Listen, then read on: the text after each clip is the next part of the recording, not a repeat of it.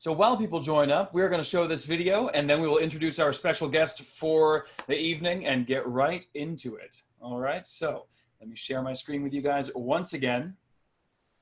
And here we go. It's a little embarrassing, but we really wanted to end this show with a bang. We absolutely did. Oh, I got an idea. Whoa, dude, relax. Any ideas better? Check this out. Whoa, wait. What? The bowling ball. 1, 2, 3. Ladies and gentlemen, inside the bowling ball. MagicFlix! But when it all comes down to judging magic, it comes down to a trick.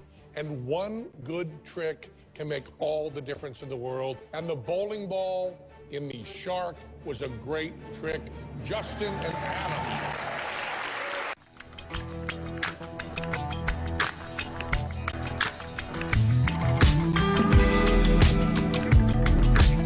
That one's perfect. Let me stand right here. Can I stand right here? Oh, nice. Look at those. Can you do me a favor? Would you mind taking that off, handing it to him? I have one ring. I only have one ring. So you can see the ring. People didn't see it, so I want you to look closely. Because you can actually see it, hit it, and you actually go back through it. Okay. A lot of people think it's going through the finger. If it were to go through the finger, you can see it go through the finger. You can actually see it happen. Don't move either. If you move, this will mess up everything. Hold on right there. Listen closer.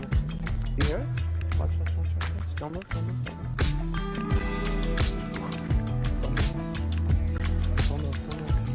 Everybody see it jump to his shoulder.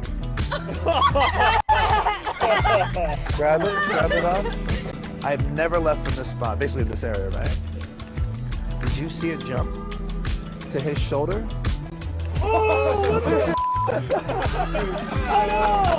no! Grab it, take it off. Did you see it jump to her shoulder? Hey KJ, you're not.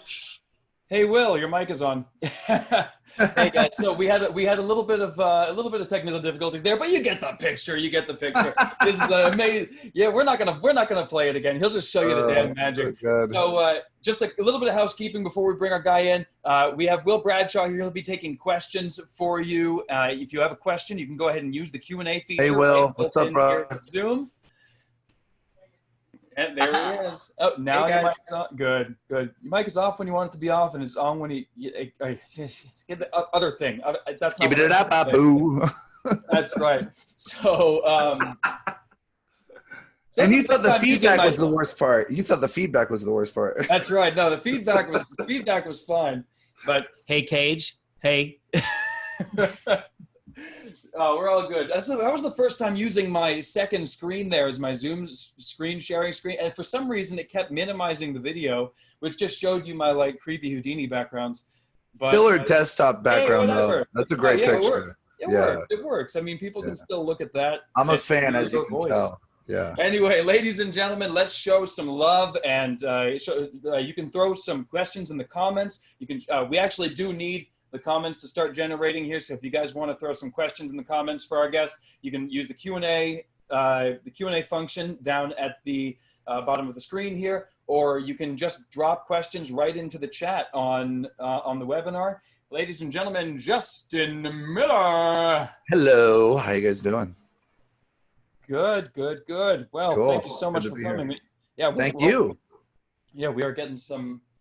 And Will will actually be taking questions here, so I'm going to try not to let my attention divert too much over to. By the way, thank you, Will. I really appreciate that. You rock, dude. You're the best. Like, dude, thank you. Well, you can put your camera back on now. It's a hard job, not an easy job. I know. Yeah, it is. It's a tough one. I'm out of coffee. Can you talk for a second? I'm out of coffee. Absolutely. Welcome to Sunny 95. It's light, cool AM here. And your microphone is off, Will. All right. So, he knows. All right. So Justin. Yeah. First of all, how are you doing, man? I'm great, man. I'm enjoying the apocalypse. How about you? The apocalypse. Well, it hasn't been that enjoyable. Really? It's been really good for me. It really has. It's been pretty amazing. Yeah. A constant throw of just being thrown into a pit of politicians Oh, that and the mental torture is absolutely fucking insane, 100%. But as far as like everything else is going, I'm a little disheveled looking here because I'm not a politician that tells everyone they have to stay inside and not get haircuts, so I can't get a haircut every couple of days. that's that's good. That's too real. That's Yeah, too real. it is. Anyway, I don't want to get into the weeds with you on that. We're here to talk about It magic. is. Although deception is is related. A lot of deception and misinformation going around. Yeah. A lot of it. Yeah. But anyway, at least we're here. We know that we don't need masks while we're on Zoom. That's right.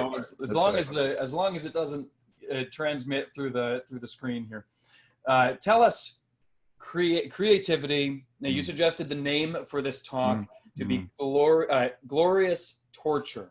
That rings. I'm sure anyone that's got a creative mind or that puts time into creating material, creating content, and really, in fact, putting together works of art, that probably rings true with them in some way. But can you expand upon that? Can you be specific? What do you mean when you say glorious torture?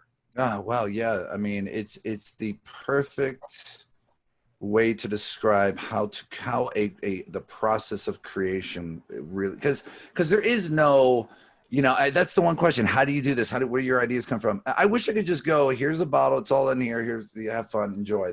I would wish I could do that. But you and I both know that it doesn't work that way.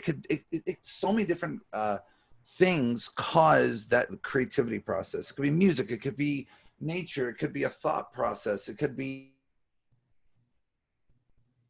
who knows what it is. It's just something happens that catches your attention or your thought process, and that train just starts moving, right?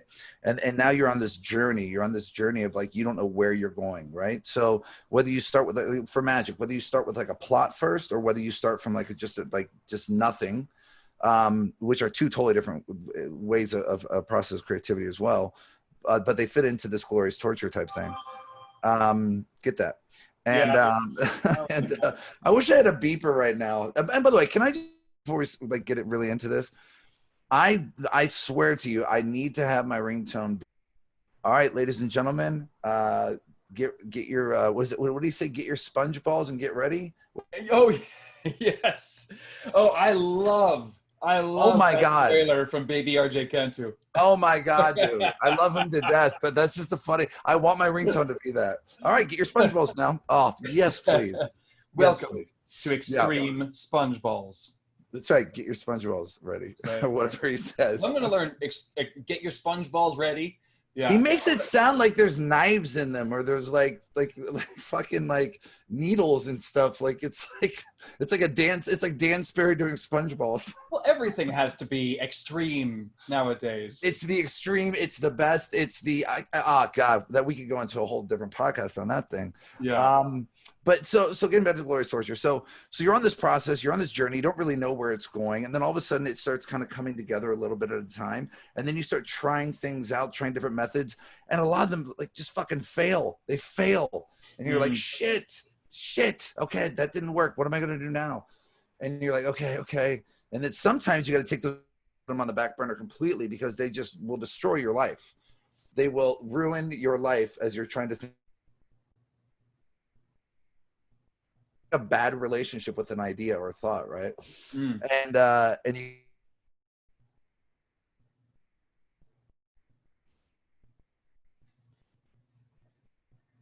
Oh, interesting. Hey, Justin, hold up just a sec. For some reason, this camera this main camera that you're looking at here is having trouble. If this computer that you're on is lagging or something like that. Is it possible to turn the mic on your secondary camera? I'm going to pin that video right now. Because for some reason, oh, there we go. You're back now. But now we can't really hear you. Well, what is? Oh, there we go. Now it caught up somehow.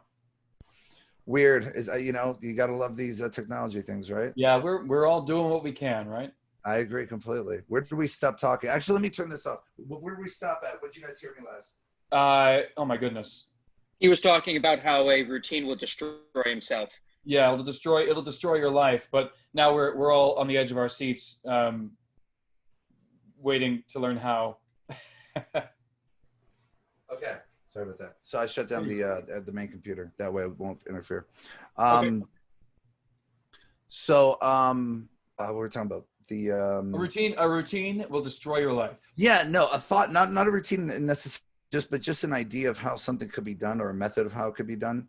Like if you let it fester in you and you don't have an outlet for it, if it's not, there's no home for it yet because it hasn't been put into anything, it can just, it's like just the plot. Okay. So the plot of Larry Jennings' Invisible Paul Maces, right? Paul Harris's Invisible Paul Maces. Okay. It's a beautiful trick, right? It's a beautiful trick, but there's one problem with that trick. It's that last damn card. That last damn card. Right. You shouldn't have to bring that card back to the deck. Why is the deck being picked up? You know, these thoughts, right? These fucking thoughts. And you're like, what the hell? So that's one that I allowed to fester because I want to, and I still haven't found it yet in Magic, unfortunately. And I have like 17 versions of it to just try to get to that level that I'm not happy with. And so that's the torture part, right? That's just the, oh man, is this thought or idea ever going to have a home? Am I ever going to be able to get this done? And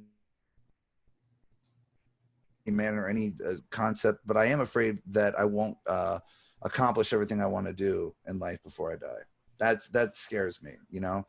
And that's part of the creative process. We are always thinking about these things. You're so enthralled with this, you know, I live, breathe, eat, and sleep magic. That's all I do. Everything in my life is magic. So when you live that way, it takes over sometimes, and you also have to learn through that, like meditation, and just learn to step away from an idea or a thought sometimes. If you're in it for 4 hours, you know, and you're working on something for like, let's say 4 hours, you still haven't gotten anything. It's very frustrating to just let go of it. And it's very like, it's hard for me to let go of it because I want to finish it, and I can't do it. So, and sometimes it's a lot. In a way. Yeah, exactly. Very much so. Very much so. And so a lot of times it's better to just like sleep it off or do something else. Get outside of that thought process, doing something else mundane, right? Even taking a walk. And then when you come back to it, you have kind of a fresh perspective of what to see with that. So glorious torture just kind of goes through that whole process. And of course, the glorious part, it's a twofold part.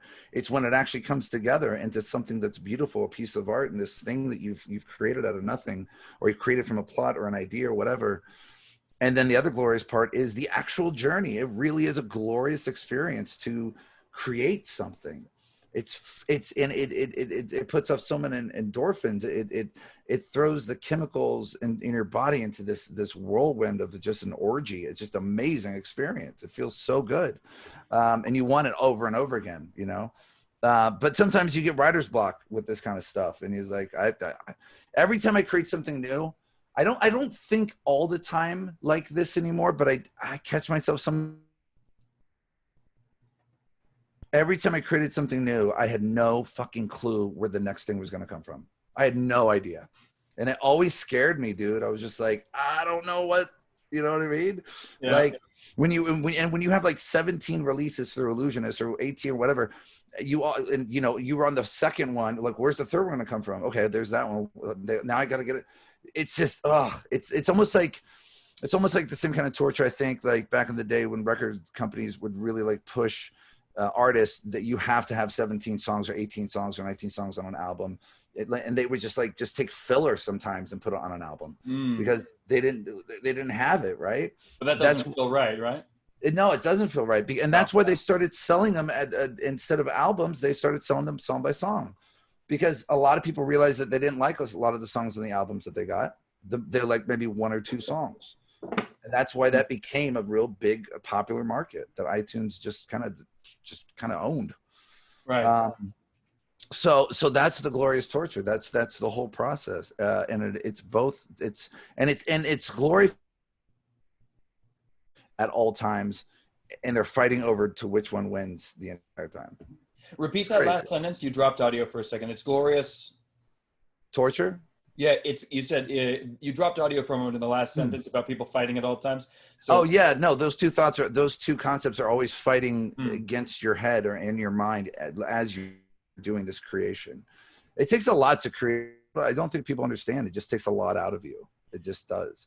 Yeah, absolutely. And whatever you, if you're doing music or magic or poetry or whatever you do, you know.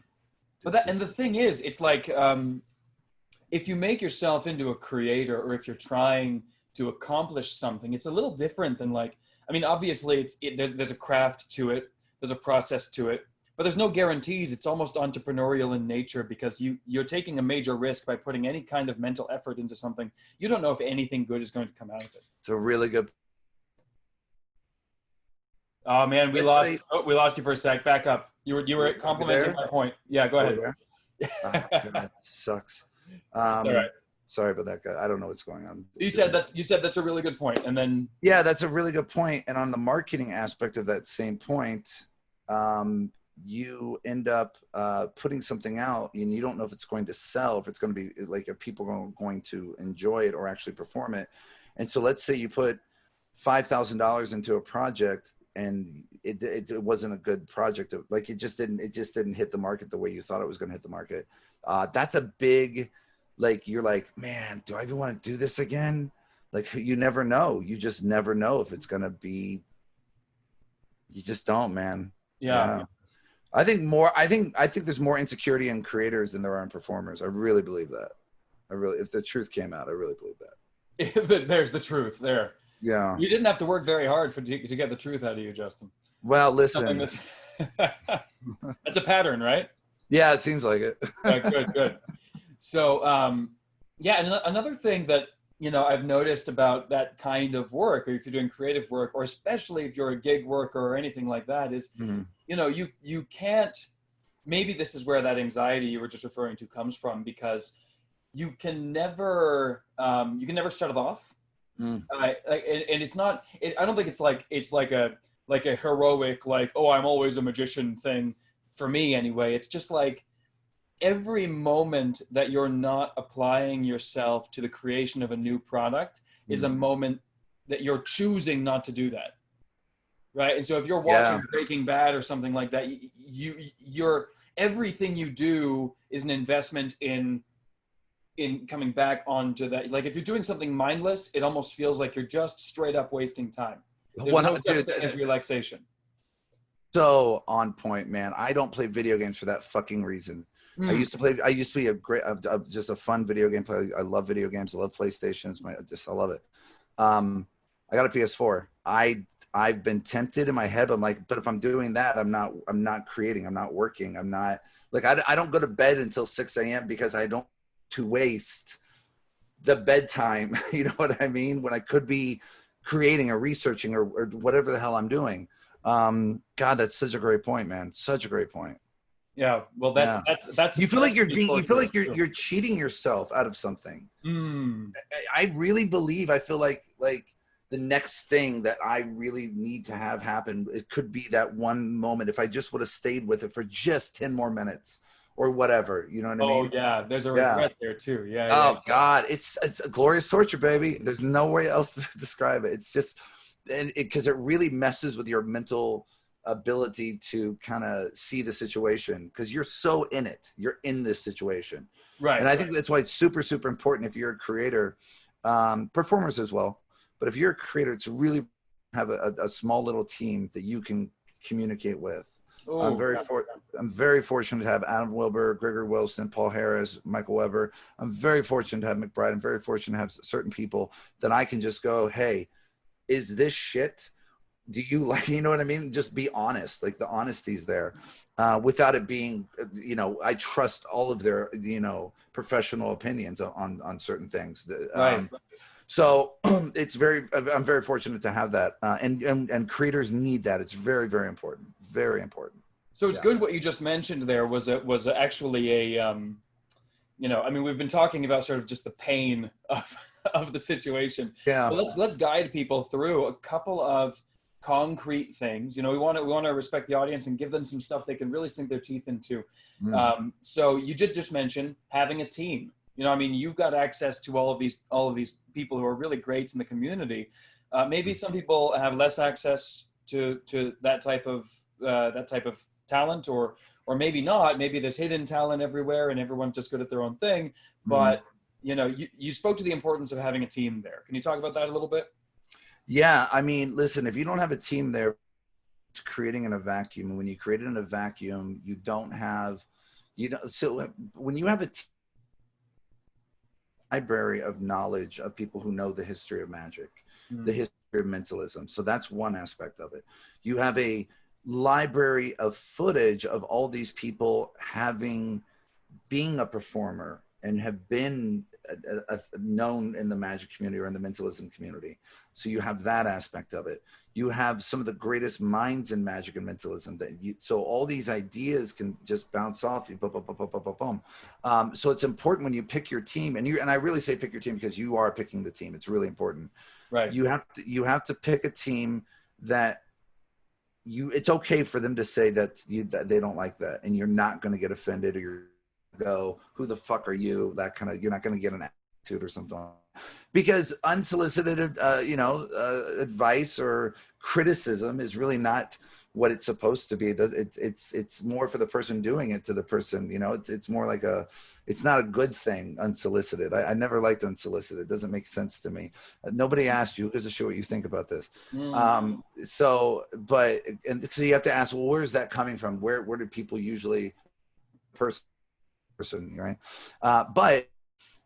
But to be able to show somebody something and go, hey, what do you think about this? Have you seen this before? Is this blah, blah, blah, blah, boom. So I would encourage every single person to, if you have something and you have ideas and you have thoughts and you have routines that you don't think it's been done before, if you have different twists on things that you think should there in the magic and into the history of magic, like me, reach out to people like Eric Ross, reach out to people like Dan Sperry. And I'm telling you, these are the people who are very open and willing to help people. Well, Adam Wilber is the exact same way.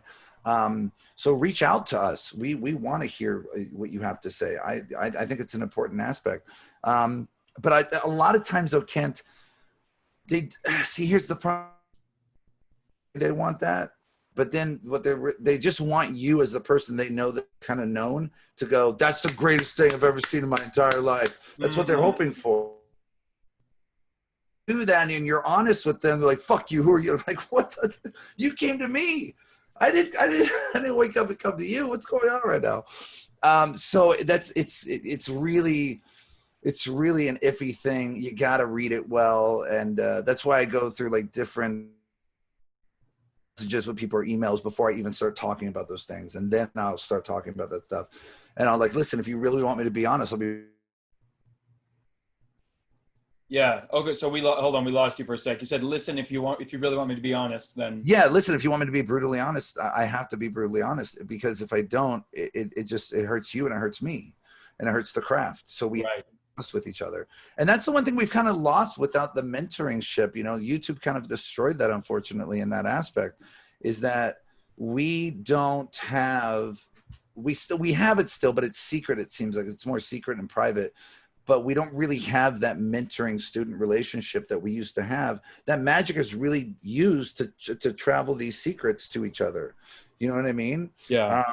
And so we, that background of people, and you'll know right away when you're talking to somebody, like, I click with this person, you know what I mean? Like, sure. I have this thing, we're each other's professional muses, 100%. It, like, instantly when we get together, dude, we just have 17 different ideas where there was none, and then all of a sudden, boom, boom, boom, boom, boom, boom, and it's amazing. It's like, it's liquid gold, absolutely liquid gold. Wow. I was very fortunate to have that with Wilbur, not with just Wilbur, but with Harris and Weber and certain people, and Sperry and Ross. I have that with those, and McBride. So I've been fortunate to have it with a lot of people. So I try to surround myself with people who are way smarter than me. Way smarter than me. Okay, to give yourself some credit. Oh, yeah. We stand on the shoulders of giants, right? Yeah, right. So that's having a team, and that's the importance of having a team, right? I mean, you bounce ideas off of each other, you become each other's, what you said, professional muses. I like that. Yeah. And there's honesty. It's yeah. Yeah, and you really know when it clicks too. Yes, very much so. Yeah. And it's really important to be honest as well. There's so often, I mean, here's an example from my past. I'm sorry, Wes, if you're watching this, but somebody goes up and they go to the front of the Magic Club and they do this thing, right? Kicking out the back, and they go Right. like this. Right. Look at that. It changes. Right. And Right. and probably not quite as good as I was just doing it there, but and it was like, what do you guys think of that? I've been working on that, and it's like, oh, it's great. It's great. It's great. Right. Right. Yeah. Great. There's no honesty, right? And that guy thinks, oh wow, this is okay. People say the it's word great. and instead of improving upon that or the moment in which he was doing that in a routine, it's just like everyone then brings in their own color change. It's like, oh well, Yeah. here's my shitty color change. Well, here's my shitty color change. Here, you could do this instead. That's right. That's right. Yeah. It's Because like there wasn't honesty in the beginning. It was like, that looks like shit. That absolutely looks horrible. Don't do it that way. It's like Change that up.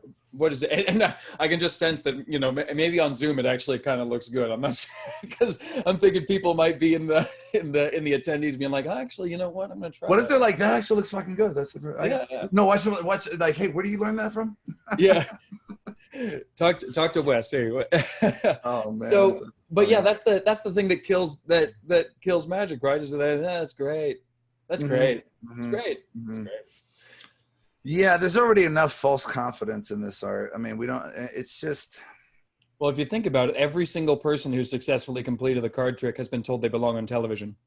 That's what are you doing here, right? What are you doing here, man? The what are you doing here moment makes you feel like a god. Absolutely. Right. Absolutely. I remember hearing that when I was like 12, doing balls and like, oh, you should rule the world. Yeah, you're right. You're gonna be living in Vegas, and I did. I ended up living in Vegas, but yeah, you should be in Vegas. You should be, all this stuff, and it's so funny how like it's interesting, yeah. Wow. So aside from having a team, what's another thing that somebody can do sort of to concretely like ignite that spark? Well, I mean, I did a dissertation on this. I wrote a paper on it. The idea that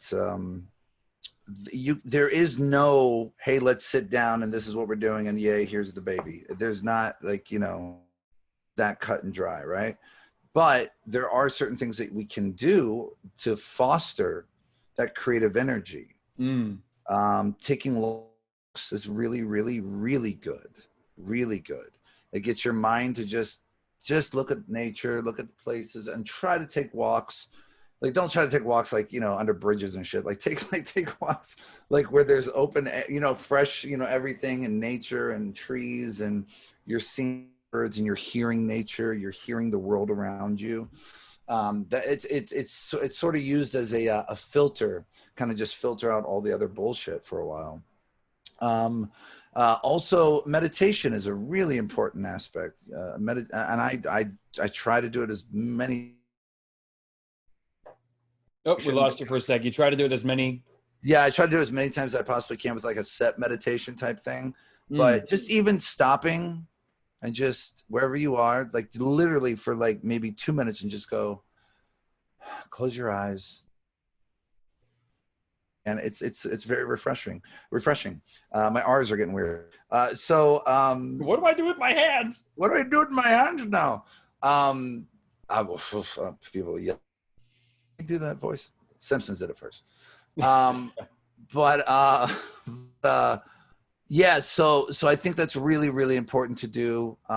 Just even taking little 2-minute breaks and just kind of stop, because this is all, whatever the hell this is, this reality, this world, this understanding of life, it's very tiring.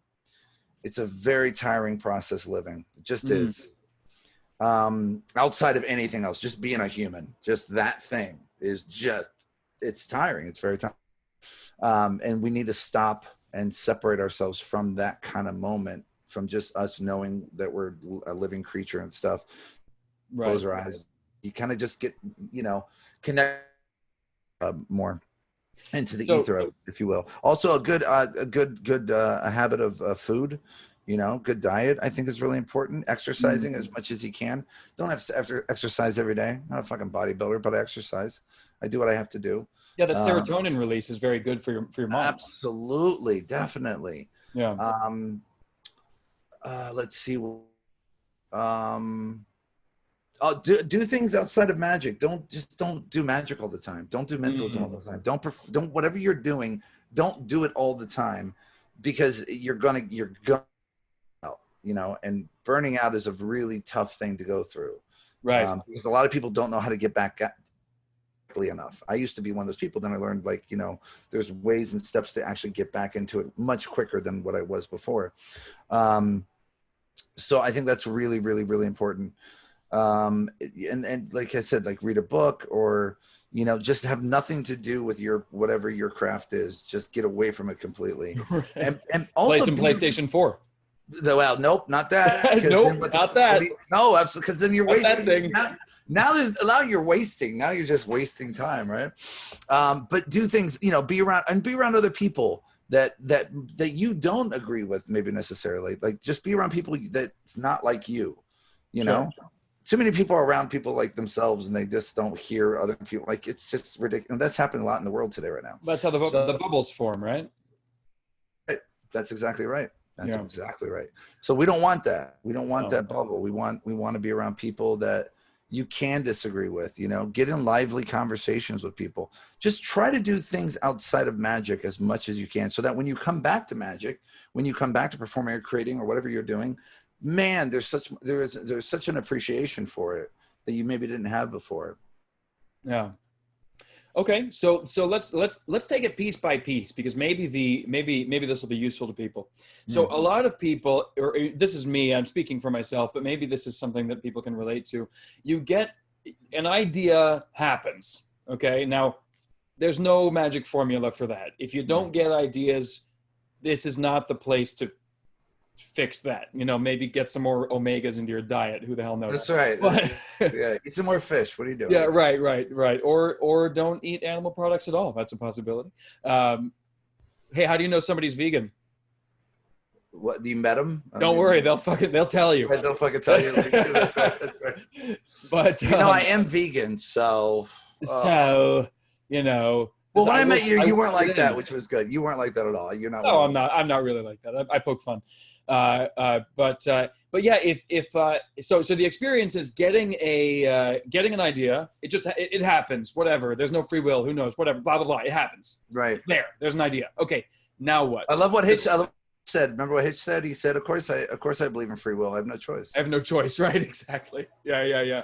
So an idea happens. Now what? Okay, it's an egg. It needs to be fostered. What do you do? Yeah.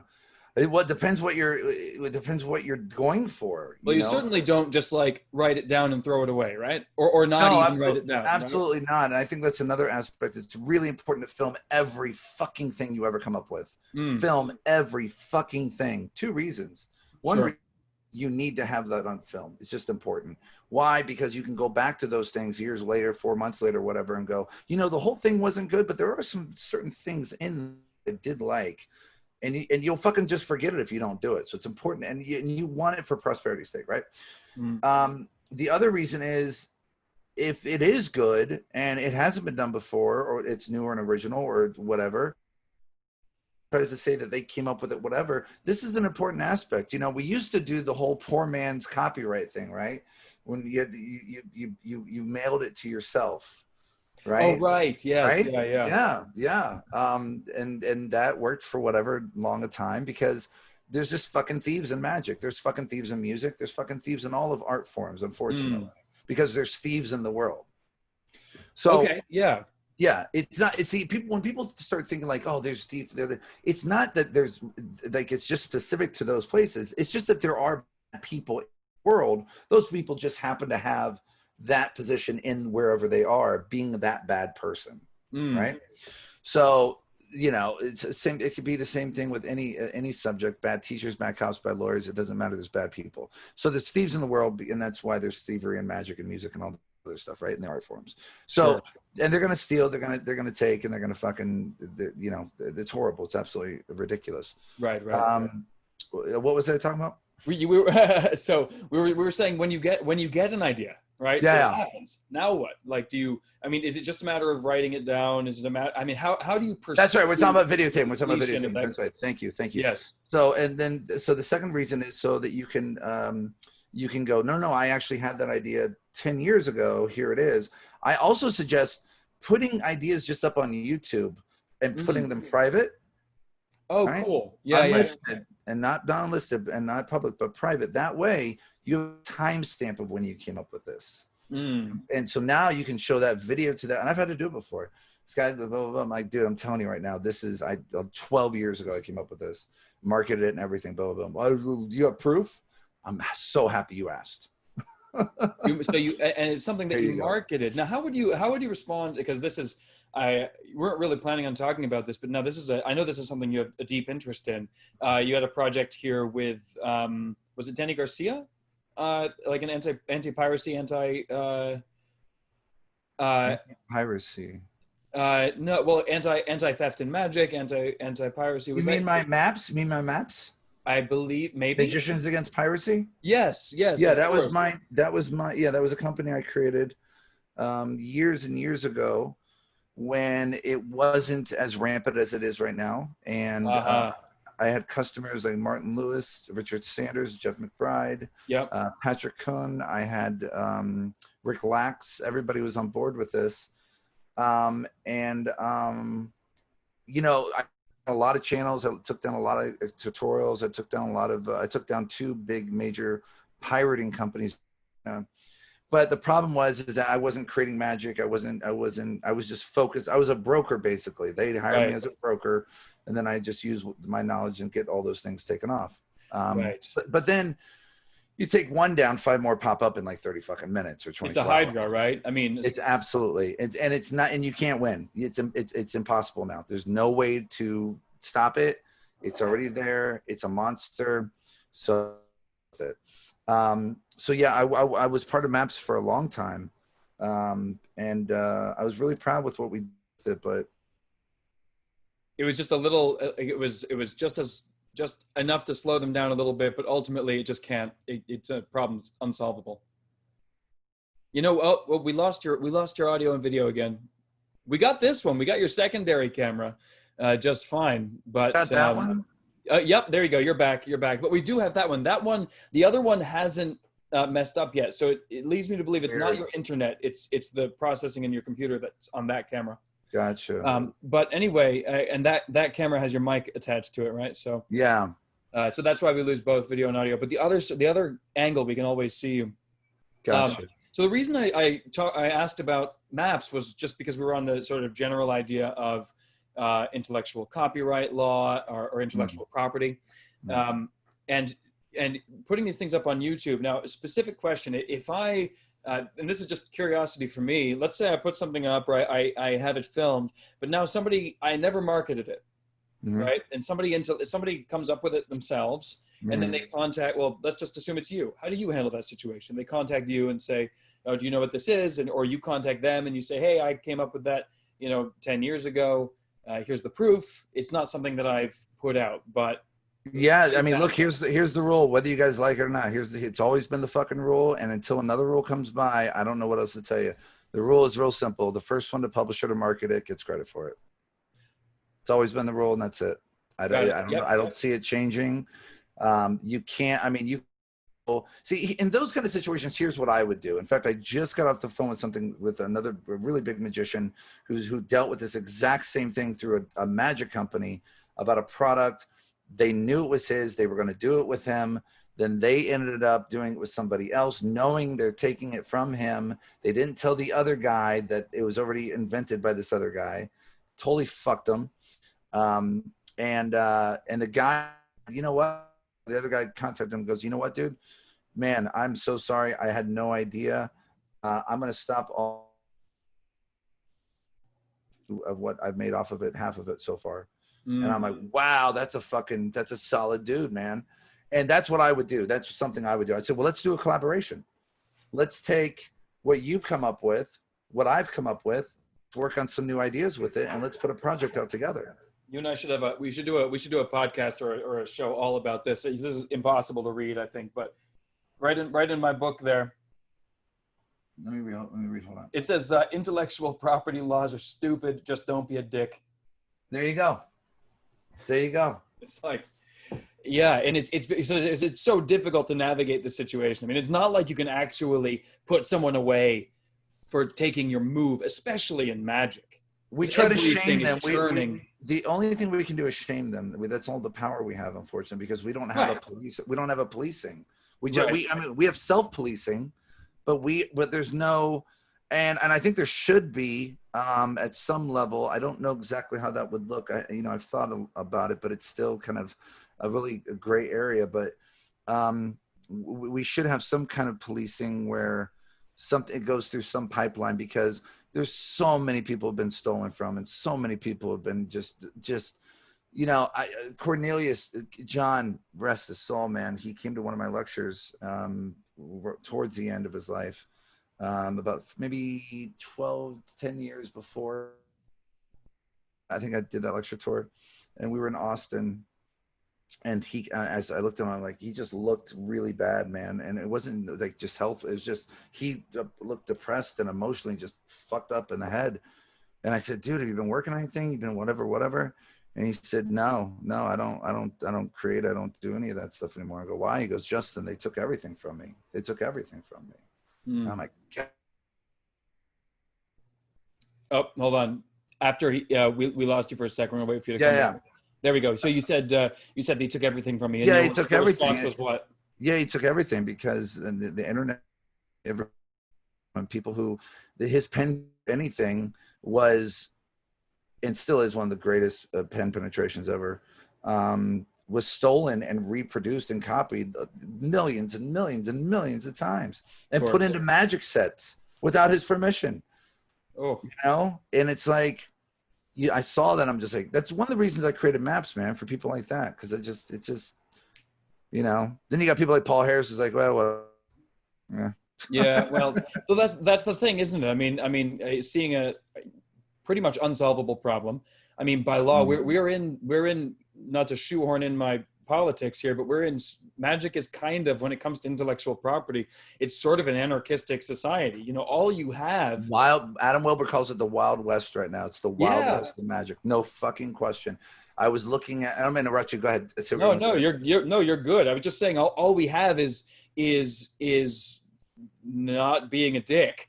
Like, that's all. That's really all we have. Please don't be a dick. Like, be a cool person. Come on. It's pretty dickish that Cornelia. I can totally understand somebody taking, oh, that's an amazing idea, I'm going to make a version of that and whatever. And I can't think that they are sort of morally.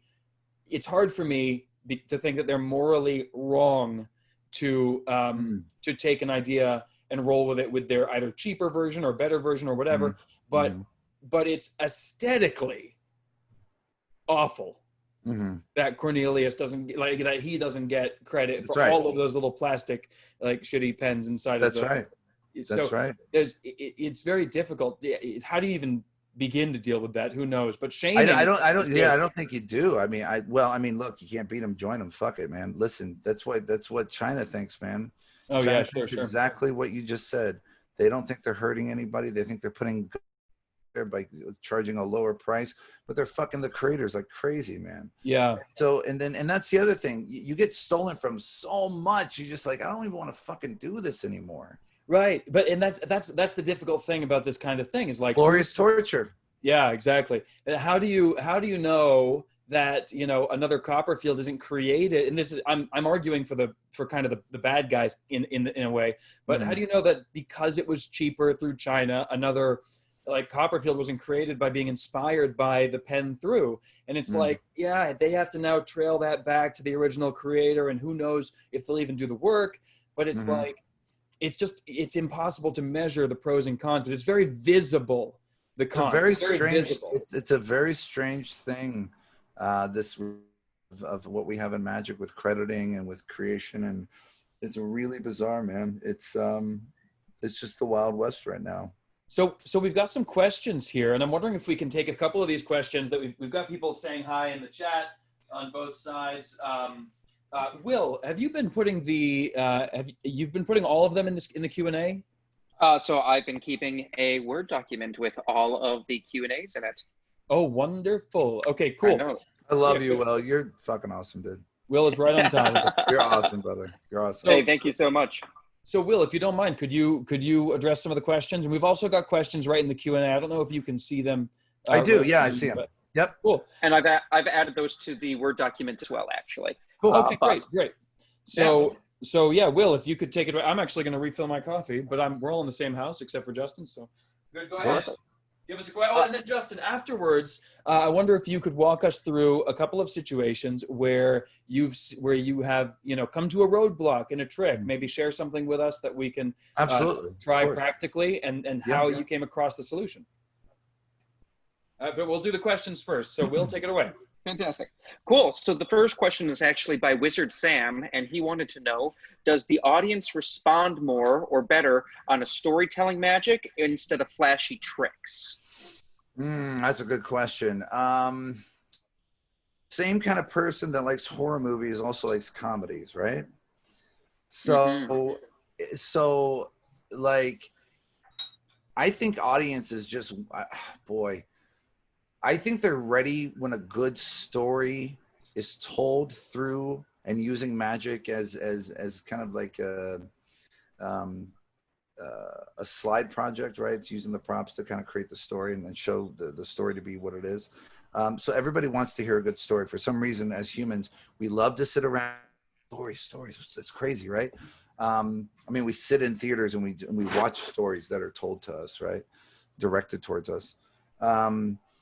But then at the same time, in an action movie, there's always a love story too. There's always something. So I think it's a combination. I mean, what do you mean? I wonder what he means by flashy, meaning like movie, like cuts and stuff, or maybe like fire. Like, I wonder if you could just. Seems to me like unless who was it that Wizard something? Wizard Sam. So the way I hear that question is the difference between tricks that have a narrative and tricks that don't. So tricks that have a. Didn't he say flashy though? Did they say something? He did say flashy, and that implies quick.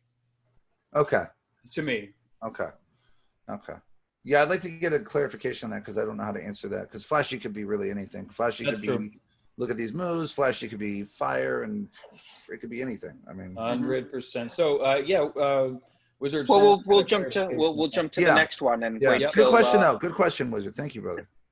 Cool. JQ also wanted to know: are you personally creating currently for your own shows or for the market?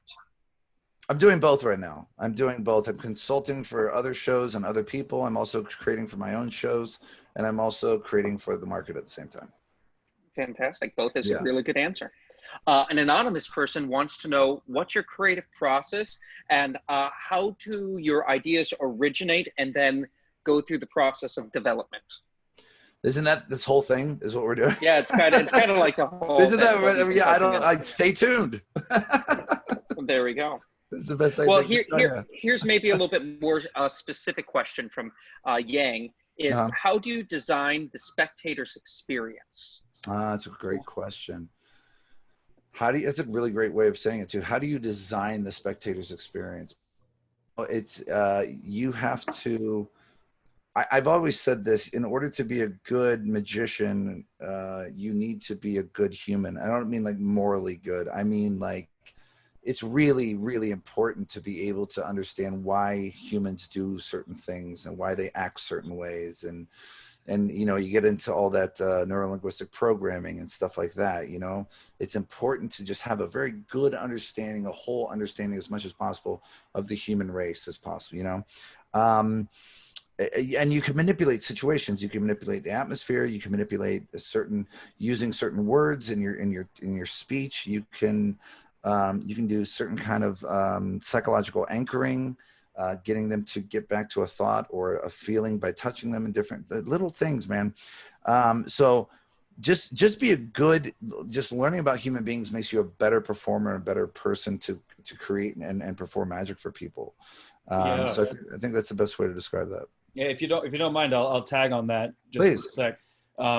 The one of the things I love about magic so much is that magic, to me, I can't think of another art form that actually requires you to empathize with your audience. you can you cannot empathize with your, like, empathy as in you need to know what they're thinking at all times. You could be a bad actor and not do that. You could be a bad dancer and not do that, but you would still be acting and you would still be dancing. But if you don't empathize with your audience and you don't successfully deceive them, you are not performing magic.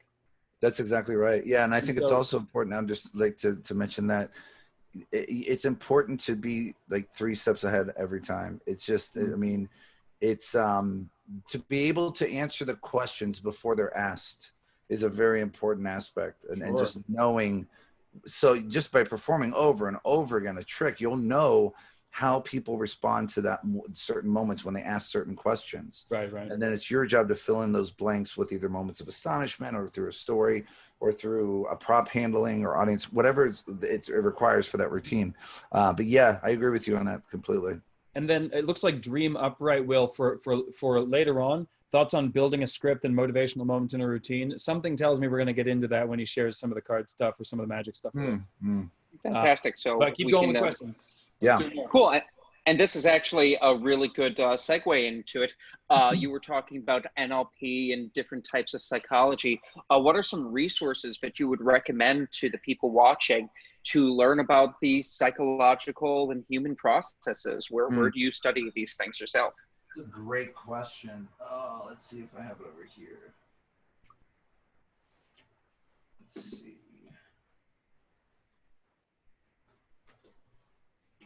Get this. This is very old and it's very important. If you want to understand how human beings think, this is an important booklet.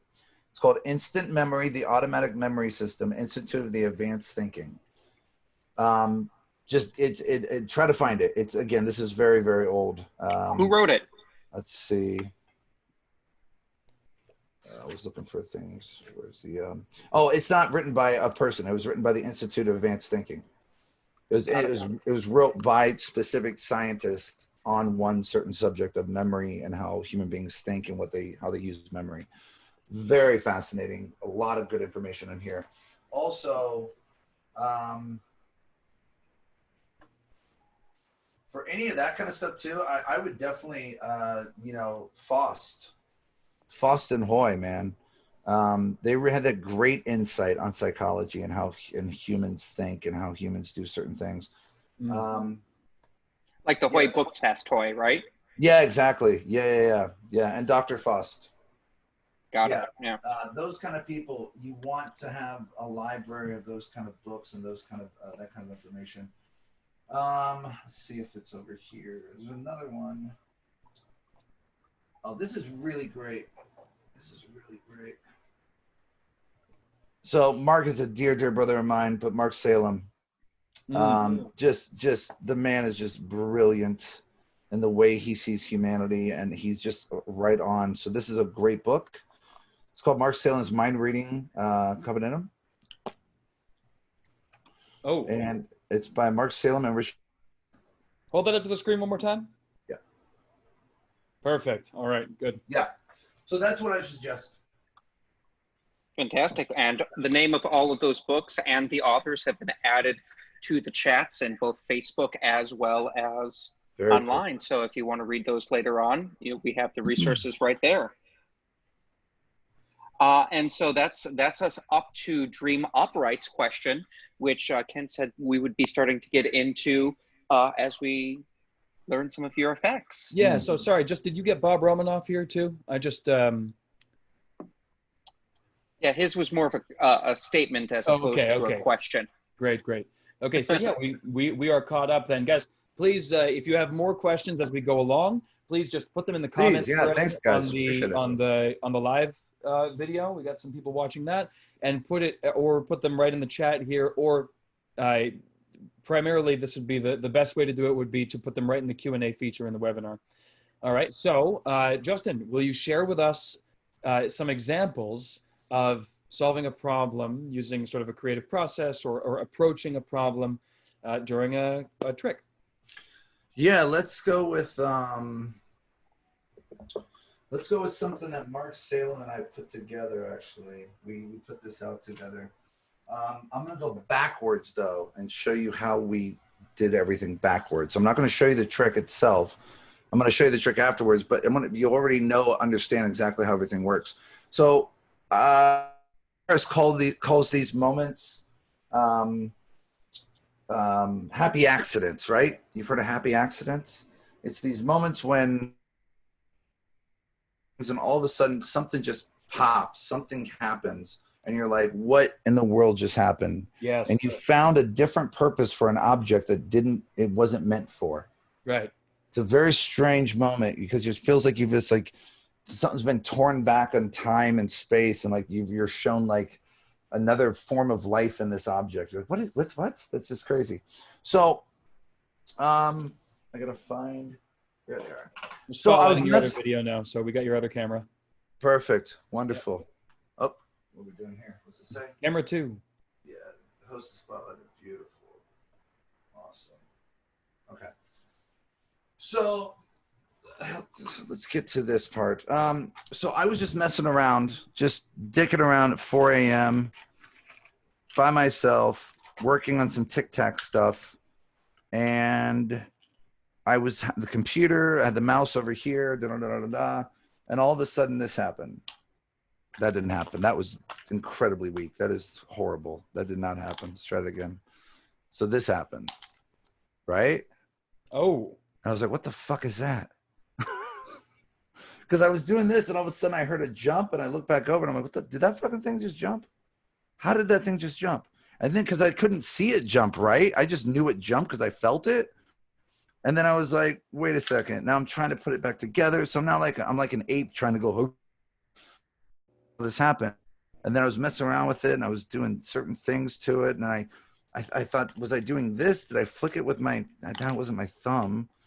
I didn't do this. And I realized what I had done. I had left a little bit of it open on it. I didn't close it. And I was just messing around with something else, and the pressure of my finger just naturally was relaxing. And as it relaxed, it pushed down. And I go, no. I go, exactly. That's exactly what I did. I go, no way. What? And so I went to the mirror. The first thing you do as a creator, right? You just go to the mirror and you're like, okay, I'm going to do this at least 10 times. If I don't get it at least 8 or 9 times, over and over again, there's something I got to work on, blah, blah, blah. And I just kept perfect 10 out of it. I'm like, what? Okay, this is crazy. And I put it out as the Amazing Mind Reading Mint. That's all it was. Amazing Mind Reading Mint. I put it out for $10 with some card routines with it, some ESP type stuff. And I put it onto my website, and I thought to myself, I didn't check with anybody. I just was like, I got to put this out. I have to put this out. Just film, whatever I need to film and get it done. And I got it done, and I put it out, and I said to myself, I know for a fucking fact, I'm going to get somebody who bought it who's going to say, that's great and everything, but that's already somebody's, and this is and I'm like, I know it's going to happen. Because come on. There's no way that I came up with this. There's no way that I've discovered this. That's another thing. Do you discover something, and do you create it? I think it's a combination of both. Right? And I'm just like, there's no way. So I put it out there, and I said, okay, I'm just going to go have some drinks and just relax and see what happens. And maybe I'll get a couple sales or whatever. And Chad Long was one of the first people to buy it. And Chad messaged me. He called me on the phone right when I was leaving out to the house, and I saw his name. I'm like, fuck, because he bought it, right? I saw the PayPal receipt come in. He bought it, and then literally within 5 minutes, he calls me. And I'm like, fuck, it's his, isn't it? Motherfucker. God damn it. It's so good. All right, I got to concede. Okay, blah, blah, blah. So he gets me on the phone. Justin, what's up, man? Oh, hold up. Let the video. There we go. You're back. So he gets you on the phone. Justin, what's up? Gets me on the phone. He said, Justin, what's up, man? I said, hey, dude, what's up, brother? Haven't talked to you for a while. He's like, so listen, I just bought the your mind reading mint. I said, yeah, no, and thank you. And I was just waiting for the fucking hammer to drop on me, right? And he goes, dude, I got to tell you something. You've the things, man, but this is the best thing I've ever seen in my entire life of you creating. And I go, what? He goes, yeah, I sent it to Weber. Weber loves it. And I go, what? Oh God. So okay, so right away it was sent to God, and God's like, yeah, I didn't create this before. Nobody I know created this before. And then well, gave me some ideas. Long gave me some ideas. Will got involved. Mark Salem got involved, and it became this really nice project called Reactic with Weber, Miller, Wilson, Salem, and Long, and just from this one little Tic Tac thing. And so from this one little Tic Tac thing, I'm going to show you a trick that me and Mark came up with that changes the concept, but it uses the same principle. So all this is, again, I'm going to go to this camera here. Oh, yep. Hold up. Yep. There you go. So all this is, and this is a bigger Tic Tac. This comes from a different case, whatever. They got these weird cases now. I don't know. Normally they'd be smaller. So this isn't closed all the way, right? So by pressing down on this and your thumb pressing at the same time, pressure is going to go into this, and energy is going to go into the box. So it's about science, really. And so that causes it to jump. It's ridiculous, isn't it? I've fooled every single. I just took it to convention. I just did it one time. People were like, do that again. Do it. Guy fooled every single magician. Okay, where's the magnets? And this is around the same time that Tic Tac tricks were becoming like really fucking popular. Right. You know, magic goes through this weird fucking phase of like, let's just do all gum. Yeah, it's all gum. It's all sunglasses. It's all it's Tic Tac. It's buttons. It's all Patrick Pages. Let's see how many times we can change fucking bills. I mean, I was part of that. I mean, I get it. Yeah. Oh, hold up. We'll let it catch up here. I'll tell my favorite. Yeah, there you go. You are back. You are back. Good. So yeah, all that's happening here, you're pushing down. So in order for them not to see that, and really they never see it anyways because they don't know what to look for. Right. But you can just put your finger there like you're doing a JW grip for a coin magic or something, and making sure that's just off to the side, and then you're just pushing down, and that makes it jump. So.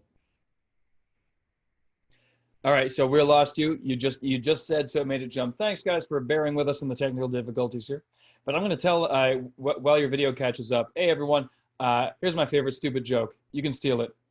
All right. The other day, I bought a thesaurus. I bought the world's worst thesaurus. It was terrible. And terrible. All right. It's good, though. I do like that. That's very good. Joke. Come on. That's pretty good. Come on. Hey, what do you call it, Justin? What do you call it when Batman skips church? Christian Bale. Oh, that's great. That's a good one. I like that one. All right, you're back. You're back. So you push. That's good. Sorry about the internet, guys. It's bumfuck Ohio, man. I do apologize. It's all fuckery. I don't know. What are you gonna do? So we'll get through it though. So yeah, so that this little thing turned into this crazy adventure, right, with all these people. Right. And without this little jumping Tic Tac, you know, we wouldn't have had this project. These ideas never would have came. But because of this one little fucking thing, and I sent it to, and they saw it, they then started coming up with what they thought could be used in properties, right, in all these different ways. And Salem was like, well, if it wasn't a Tic Tac, what if it was like. Oh, that was the worst place to stop. If it wasn't a Tic Tac, what if it was like, you're not caught up yet. Tell you what, try turning your, we have not lost that other video yet. So try turning your mic on the other video. Do you have an onboard mic on that camera? Is it just a phone or something? Oh, there you go. Of course, now you're back as soon as you're going over there to but it's good process. Would this be a good time to talk about MagicFlix as a whole as well, Kevin? Oh yeah, sure, man, sure. Yeah, I'll share my screen and just let people see what we got going on here. Because let me go to my Facebook page here. While Justin gets that microphone turned on, I'm gonna go to MagicFlix and just so you guys know, we have an automatic. So if you go here, you'll notice that it's just like Netflix for Magic. We've got all of these amazing videos. All you do is click and you find some ugly mug and you just click on the video. Here's my ugly mug. That's your ugly mug. And then it plays. And the muggliest of Ugg. The muggliest of Uggs. So, but my favorite way to navigate the site is, you've got all these categories that you have here that we, obviously separated the videos into. But if you go over to the Magicians tab here at the top, you can see all of our content creators. You go to the ugliest of mugs right here and look. So I put up the Maximum Entertainment audiobook. It's the whole thing with my sweet, sultry voice right in your ears. If you haven't listened to it already, you really need to. And if you've already read it, go listen to it again. It's worth the free trial, right? But special attention down here to this particular account right here, Twin Cities Magic and Costume. They've given us the Greater Magic Video Library. So these are focus sessions with all of the greats, really. You've got Tom Mullica here, for instance, Charlie Miller, and Johnny Thompson together doing a single video, Billy McComb, Mike Rogers. I know, it's insane. So it's like 60, 70 DVDs that we have from them. We're getting more content every day. And also, we got a very special dude right here with some really, really great content. I know that guy. Yeah, that guy right there. So join up, guys. You get 30 days free. Will put a link in the chat there and on Facebook. And yeah, so if you type in in the promo code, if you type in the word All Stars, ALLSTARS, then you get 30 days for free. You automatically get 7 days free, but go ahead and type in All Stars and take the extra 3 weeks on us. All right, Justin, you are back. I'm back. All right, I said I'm gonna use it. Screw it. So I just turned everything off. Yeah. Okay. Well, we'll see how it goes because we just had a little blip. So. Yeah, but you can see everything pretty easily. Yep, we can see all there. Good. So, so this little Tic Tac turned into like this really incredible creative project with these incredible people, right? That I never thought was going to be possible. So Salem said, "This is where you were." Salem said, why should it be a Tic Tac?" So Salem said, well, instead of a Tic Tac, what if we used like a billet or like a prediction or like a ball of paper? Ooh. I'm like, ooh, that'd be interesting. Will a ball of paper? So we started. So then from that little conversation, I was like, well, what else can fucking jump inside this thing? You know what I mean? So we figured it out that a ball of paper can jump inside a Tic Tac box. And yeah, so now this opens up interesting possibilities, right? So we created this really neat little routine, a fun little routine. And I'll show you exactly what it is, but it uses the same principle. Now it's a little bit different with this one because you want it in the center.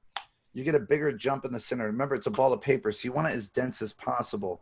We found the heavier the object, the farther it will go, which is interesting, right? Well, it has less. It would more or less be the more dense the object because the Tic Tac box coming up against the bottom of it. If there's no springiness, then it will react more, right? Exactly. And so I had to start messing around with like, okay, what does it look like on this side? What does it look over here? Does it look better in the middle? So you start thinking this way. You start thinking, okay, how do you get the maximum possible jumping power of that paper ball? Right. And so from the center is usually where I do it from, as much close to the center. It just has a better jumping situation. It just looks ridiculous, right? Yep. So now you come out with this.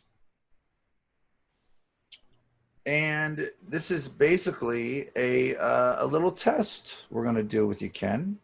We're going to see if you're psychic, brother. Me? Yeah. Oh. I got some items here. You know what these are. You know what these are, right? Yep. The Rhine Zinner cards, as they're called. And one of my favorite scenes this uses in a movie is Ghostbusters. When they're doing it to the girl and the guy. And the guy keeps getting it right, but since Bill Murray wants to fuck the girl, he keeps telling her that she's right and he's wrong. And he keeps shocking him, right? It's the greatest thing in the world. Greatest thing in the world. So no shock here, no relationship, but I do want to see how psychic you are, see if you're a psychic person. So I'm just going to mix these up. Let's not rule anything out. Let's go. Okay, fair enough. Let's get the Cavassier. We'll figure it out together. Okay, no, I'm happy without the shocks. So I'm going to lay them down. Do you honestly know where each sign is? Do you have any idea? No, of course not. Okay, perfect. So I know this sounds kind of weird, but here, check this out. And if you were here, by the way, you would do everything. You would look at that ball of paper. I'd tell you not to open it, but it's a message for a little bit later. Close it up, place it off to the side. Choose one of those objects. Choose one of those shapes, one of those designs. I choose the square. The square. Now, where do you think the square is? Really focus your attention and really think about where you think psychically you might think the square is. I think psychically that the square is fourth position away from the camera. So 1, 2, 3, 4. Yes. Sir, god damn, you're pretty good, man. Well, you know, I have a history with this kind of thing. That's pretty amazing. Okay, choose another one. Choose another one. Choose another All right. I'm excited. I choose the circle. Now, now again, using just psychic ability as much as possible, where do you think, don't laugh, where do you think the psychic, where do you think the psychic is? Not here. Where do you think the circle is? I'm clenching so hard. Yeah. I think the circle is now the second position away from the camera. So it's this one. Yes. Okay. Ah. That's okay. That's okay. I mean, nobody's starting a cult right now, so you don't have to worry. It's all right. Okay. We have 3 left. We have squiggly lines, we have a circle, and we have the star. Okay. I'm going to go with the star. Okay. And the star is the first position toward the camera. This one right here. Closest one to me. Yep. Oh, this one or this one? I'm sorry. Closest one to me. Yeah. This one. Yep, that's the one. Yep. Okay. All right. Well, listen. I'm really bad at this. Well, you're not good. Okay.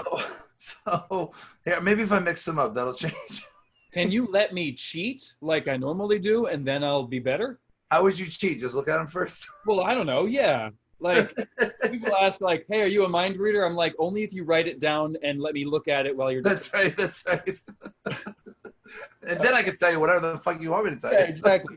So we got a star to save our lives, and we have a circle to save our lives. So listen, you got one. Now, honestly, if you were doing this test in one of those research facilities, they're not going to think, they're like, okay, everybody gets one at least, whatever. But you still have 2 chances. And if you think about it, just by default, you kind of win both. Well, this is the most likely one for me to get right, unless you want to do it again after this, or there's only one face down, which I'm confident about. This is it. Okay. So in this case, I'm going to say that the star is farthest away from the camera. This one here. That one. Yeah, see, okay. So with the last one face down too. Right, okay, with that one. Let me mix it up. Where's the star? That's the star right there. That'd be great if it's just a purple dinosaur now or some fucking shit. That would be awesome. So as we, that would be really cool, right? So as we can tell, you might not want to go out, lotteries and stuff right away. No Keno. Yeah. No, I get it.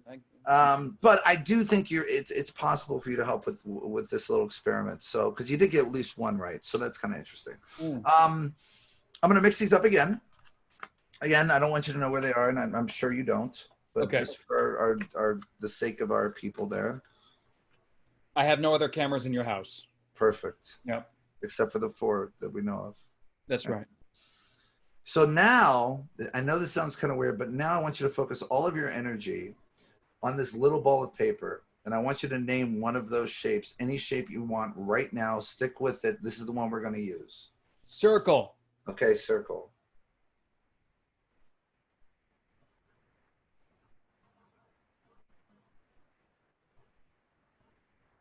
It's almost like using it like a divining rod. And really focus on the circle. Are you concentrating? I am so concentrating right now. Perfect.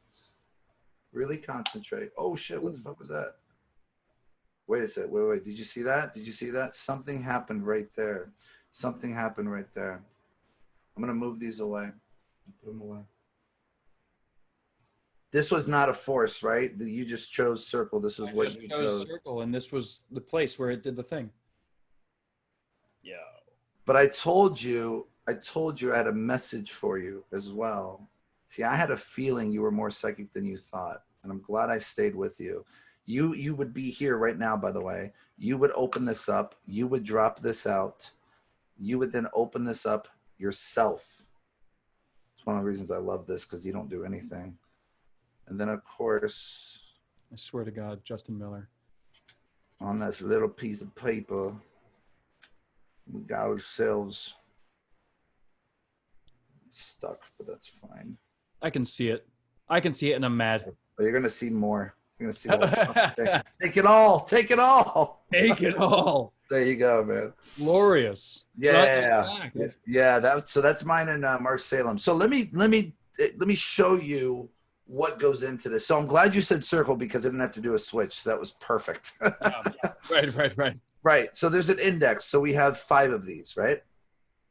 Now in the beginning, I told Mark, I said, well, I want it to be self-contained completely. So what I did is I put a piece of double stick tape back here, and I take just each ball of paper and put it right there, right?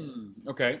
The problem with that is, of course, you really can't lay it down because then they could see around, they could see these balls of paper, right? And it's really a showpiece, more like a parlor type thing. Or maybe like a trade show type thing, right? You're not doing a walk around with this, put it on a table, right? That kind of stuff. Sure. And I didn't like that. I mean, I liked the method for a while, but I needed to upgrade it somehow. So it's like, okay, I got to get rid of that whole idea. So now what I do is, so I set this up. So this is all set up. Now what it is, on the back of this, we have our balls of paper. Oh, nice. Okay. That's 2, 3, 4, and 5. So there's my cross, there's my wavy lines, there's my square, and there's my star. So I come out with this now, take everything. Now, if you would have said a different one, so let's say, thank you for saying circle, by the way. Yeah, exactly. It just was awesome. So let's say you were to say square. That's not a square in there, obviously. Right. So if that's not a square, I'm going to take all the rest of these. I open this up, place this away. As I go to put this into my close-up case, or as I go to put this into my pocket or whatever, I just steal away square at the same time. And it's in that order, right? Top left. Yep. 2, 3, 4, and 5. Yeah, 2, 3, 4, 5. Yep. 2, 3, 4, and 5. In case, by the way, in case people don't know, when you're using ESP symbols, right? 1, 2, 3, 4, and 5 reference the circle, the That's plus. That's exactly right. That's the a good wavy point. lines. Yeah. Yep. Yeah.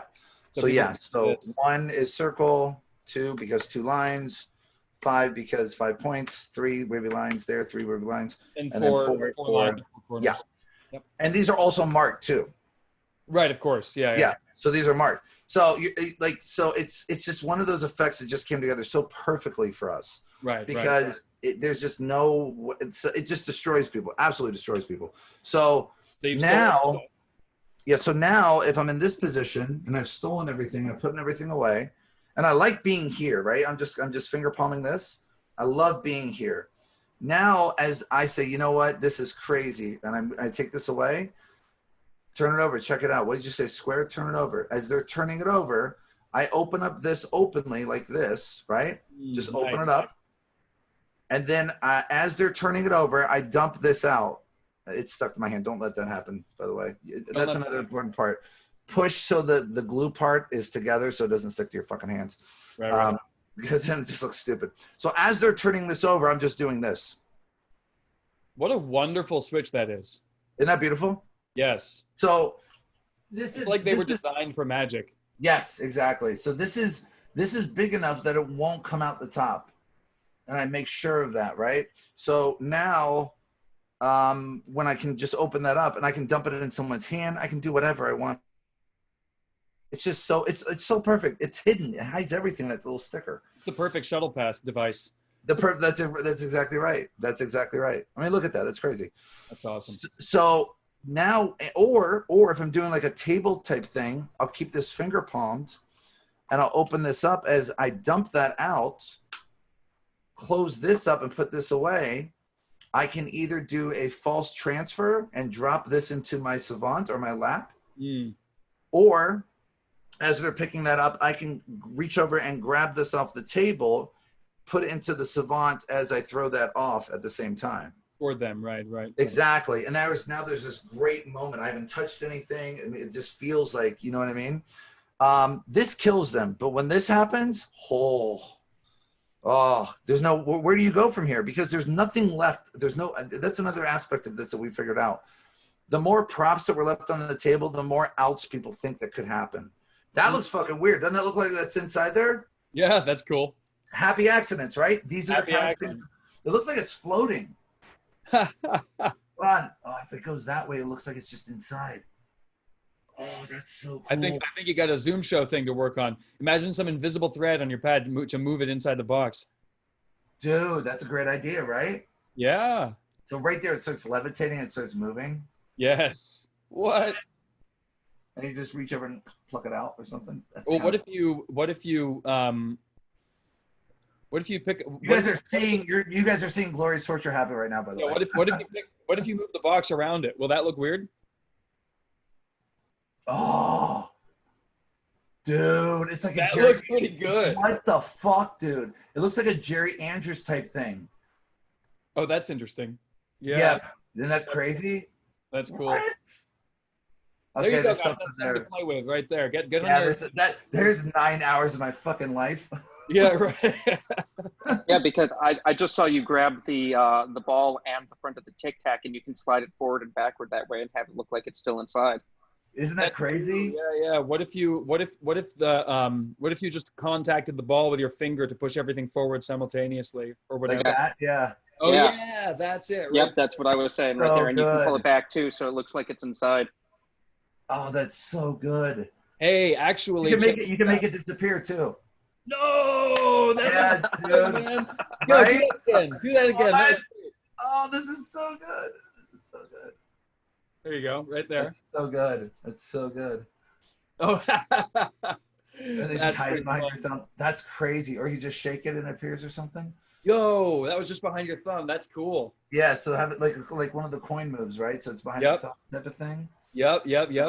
Yeah, So that's check this out. If it's levitating, I think you got a way. Like you get some black cloth or whatever, or some invisible thread to attach it to the bottom of the Tic Tac box, so that when you move the Tic Tac box forward, it stays at that. all I'll need. Yeah, and all I'll need to do actually, I can keep it here, right? And if I have this attached to thread, just by moving back, it'll look like it levitates inside because it's moving back on the close-up pad. Oh, okay, yeah. That could work. Right. I was thinking if you grab the box and move the box forward, it's you have to right now use your thumb to push the thing forward with it. But if it was attached to the box, I see what you're saying, like double, like with a little tape or something. Yeah, exactly. Actually, even its own little spittle or whatever it's called. There we go. Oh, that could work. Stick it has. Yeah. That's now it just kind of looks like it's stuck to the inside of the box. Yeah, now it looks like what it actually The fucking movement is. that it had in there while it was sitting there was really cool. That's so just little moments like this, right? Just Yeah, there it is, guys, right there. Ah, Literally what we were talking about during this entire lecture, having a team working on it together, just exactly. playing with the thing and figuring it out and basing it off of material that you've already looked at and played with, and having Rotate people. it now. Push it forward, and now rotate the box. Push the box forward a little bit. Like what? Yeah, push the box forward a little bit. And now that it's in the center of the box, keep it in the center of the box as you rotate the box up. Like hold on to it, push it in. Yeah, no, just rotate the box up, but keep it in the center like that. You see that? Oh, it looks like that's crazy, dude. Right? It's the isolation.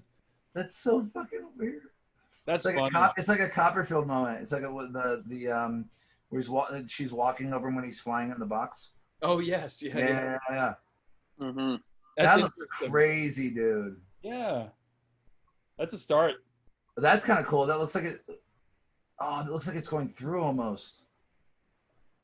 Oh, you know what? You know what the trick is here probably, or there's a version of this where you openly put it behind, and you say this is the Zoom version where you openly put it behind and you say, look, if I place the box in front, it looks like it's inside, and then a moment later you pick it up and it is inside. Oh yeah. Right. So you could go like this. Right. Yep. and say, It looks like it's inside the box, and then come here and shake it and let the other one fall. Blah, blah, blah. Oh, Mhm. yeah. And then it's inside. Oh, that's so Yeah. good. Oh God. All right. Well, I expect that on Glorious Torture Pretty Volume. fucking cool, man. Little things like that. Yeah, exactly. We got people at home like clamoring to their junk drawers to find an old Tic Tac box. Right? So as you can see, I mean, just from that effect, from this one Tic Tac, it just turned into this glorious, beautiful routine. And from showing you guys of this, we turned this into another crazy thing that you can do with this. So, you know, don't be afraid to play with everything. Play with it. With the hive mind, right? Absolutely. Absolutely. I got bubbles. I got so many little things that just things. I have things. And I'll just, and that's another thing. And Adam talks about this a lot. I really respect Adam's professional views on this, because he's 100% right. I mean, he wrote a book about creativity. You better be.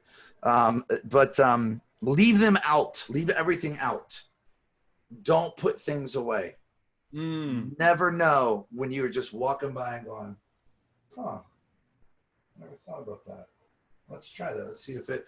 And also another thing I think it's important, have a set area.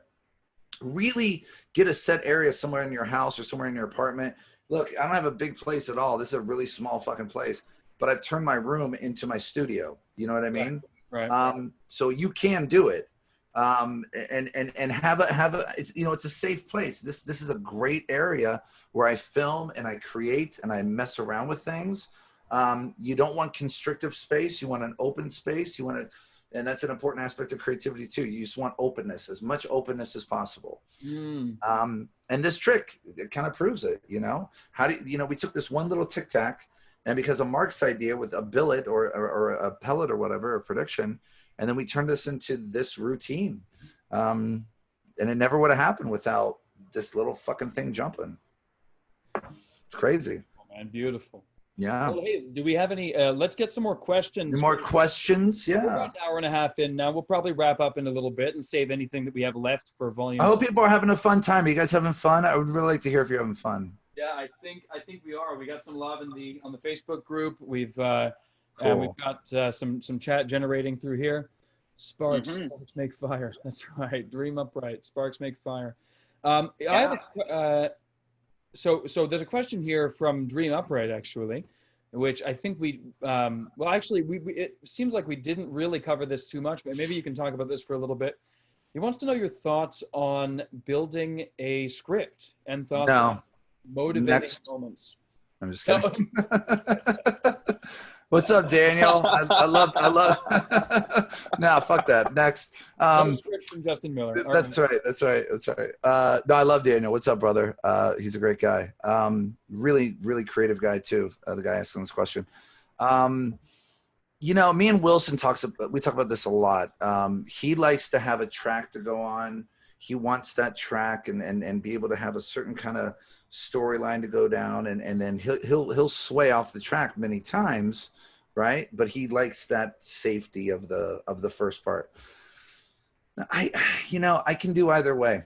I personally, my issue with scripting magic, like everything, is that you lose improv moments that you just don't see, because you're so focused on the script and you're so focused on what you should be doing and what the script says and how the movements are going and the choreography and all that stuff, that some spectator might say a funny line and it could be used. Or they'll respond a certain way and you don't connect to that response. It just feels like this person's very out of touch with what they're doing. I've seen that happen a lot. But I mean, the scripting magic for like one-man shows and stuff like that, I think that's really important. I mean, you're seeing a show. You're going to see a show. I don't want to just see a show that's not, some kind of structure. Right. There's got to be some kind of structure. But I think it takes a certain kind of person to be able to do routine scripting, but at the same time giving room for improv, giving room for those beautiful moments that could happen that you could just kind of riff off. Well, that's what you were discussing just a second ago about Greg Wilson. He's putting together, he's putting work into a script, but because he has the track and because he's memorized the script, he has the freedom to leave the script. That's exactly right.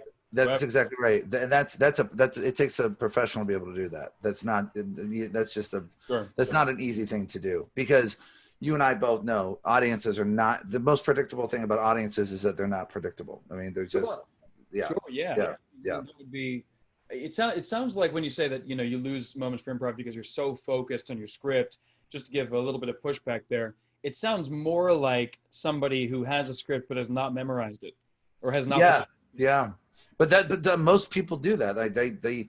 They'll just like either take what they heard off of a download like I've done or somebody's done, and then they'll just go word for word. Like I just don't want people to do that, because I don't go word for word. So don't go off my word. Like I'm not, you know, unless it's a trick that's created around a story. Like my latest trick, Raising Mercury.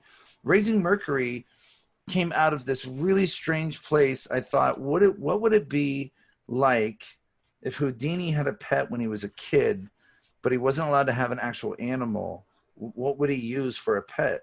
Well, he uses imagination. He probably uses one of his props. So I created this whole concept of this silver billiard ball, and it's inside this little house, and it moves around on the table, and then his name's Mercury, obviously. And Mercury does tricks. It goes inside out of the house, and it does all these crazy things without you touching it or anything. And then you do the last thing, say you play dead, and then you slam it down, and now it's just this big puddle of metal disc. It's flat now, right? You're like, you know, awesome. Right? And then you pick it up. You say, would you like to see its true form? And then you mold this disc into this little dog figurine, and his name is Mercury. Is this what you were telling me about before? I don't know if I told you. Did I tell you about this? You didn't mention this trick before, but you mentioned that you sort of have a magnum opus. No, that's not the Blackstone moment. That's not the light bulb moment. But it's very unique, and it's never been done before. And I use props that had never been considered to put into. You know what I mean? Yeah, very cool concept. And I only sold 10 of those. It was a real exclusive thing, because I don't want more than 10 people performing it. I just don't. Sure. There's certain things in the market that you're like, okay, saturate it, that's fine. But there's other things I'm just like, no, it's too unique to have everybody doing it. Right. Yeah. Of course. Yeah. Okay. So, But they're scripting in that. I think that's to the point. Yeah. They're scripting in that. I use the idea of the storyline of Houdini having a pet to turn it into this grandiose, and they believe it. They believe this is Houdini's pet. Because now, why wouldn't they? It does magical things. Why wouldn't they believe that? Right. You know? Yeah. Well, it's like if you have multiple moments of interaction where you don't know what the other person's going to say, then of course that makes designing a script around what you're going to say very difficult. Sure. Right? So if you're your kind of magic or Wilson's kind of magic, when you're sort of out there, you know, in the trenches, yeah, and you're dealing with people and you're having them hold things and you're asking them open-ended questions and whatever. Yeah. Then structure is maybe more important than the specific words.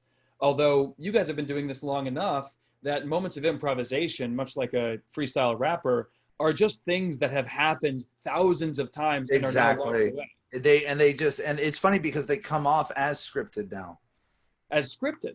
But they're not, and that's an interesting thing too, because sometimes something that's not scripted could turn into something that's scripted because it's a great line, it's a great bit, it's a great whatever. And now it becomes part of a great example of this is Copperfield walking down the steps of a theater when he's back in the day when he was doing Misled, right?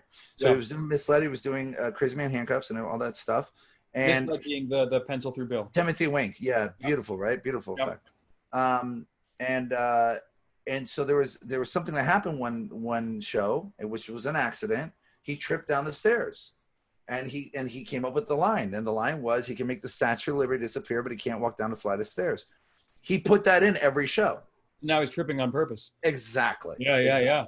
And performers, and I don't mean to burst anybody's bubbles. I don't know if you guys know this, but performers do that a lot in stage shows. And once you find that little bit, that little thing that just adds a nice little moment to that, you know, and he gets a great laugh out of it. It was a beautiful thing. It's your job to orchestrate the experience. You know, if you're not if you can make it look like there's a bunch of improv, but it's not. Yeah. I mean, that's great. Yeah. As long as it works. I think it's important to study improv. That's one of the things I love studying. I love that's improv. That's where those inspired lines come from in general, right? You don't plan for that line. You don't say, "Oh, now it's going to be a great idea for me to trip down the stairs." That's right. Hey, what if I trip? Yeah, you don't think that way at all. Now, and I would suggest looking at Second City and Groundlings and those kind of places. Yeah. And just, you know, Amy Poehler is one of the greatest improv people. Like, she's just really funny, just naturally. And she was part of Groundlings, and a lot of people from like Reno 911. That whole thing was mostly improv anyways.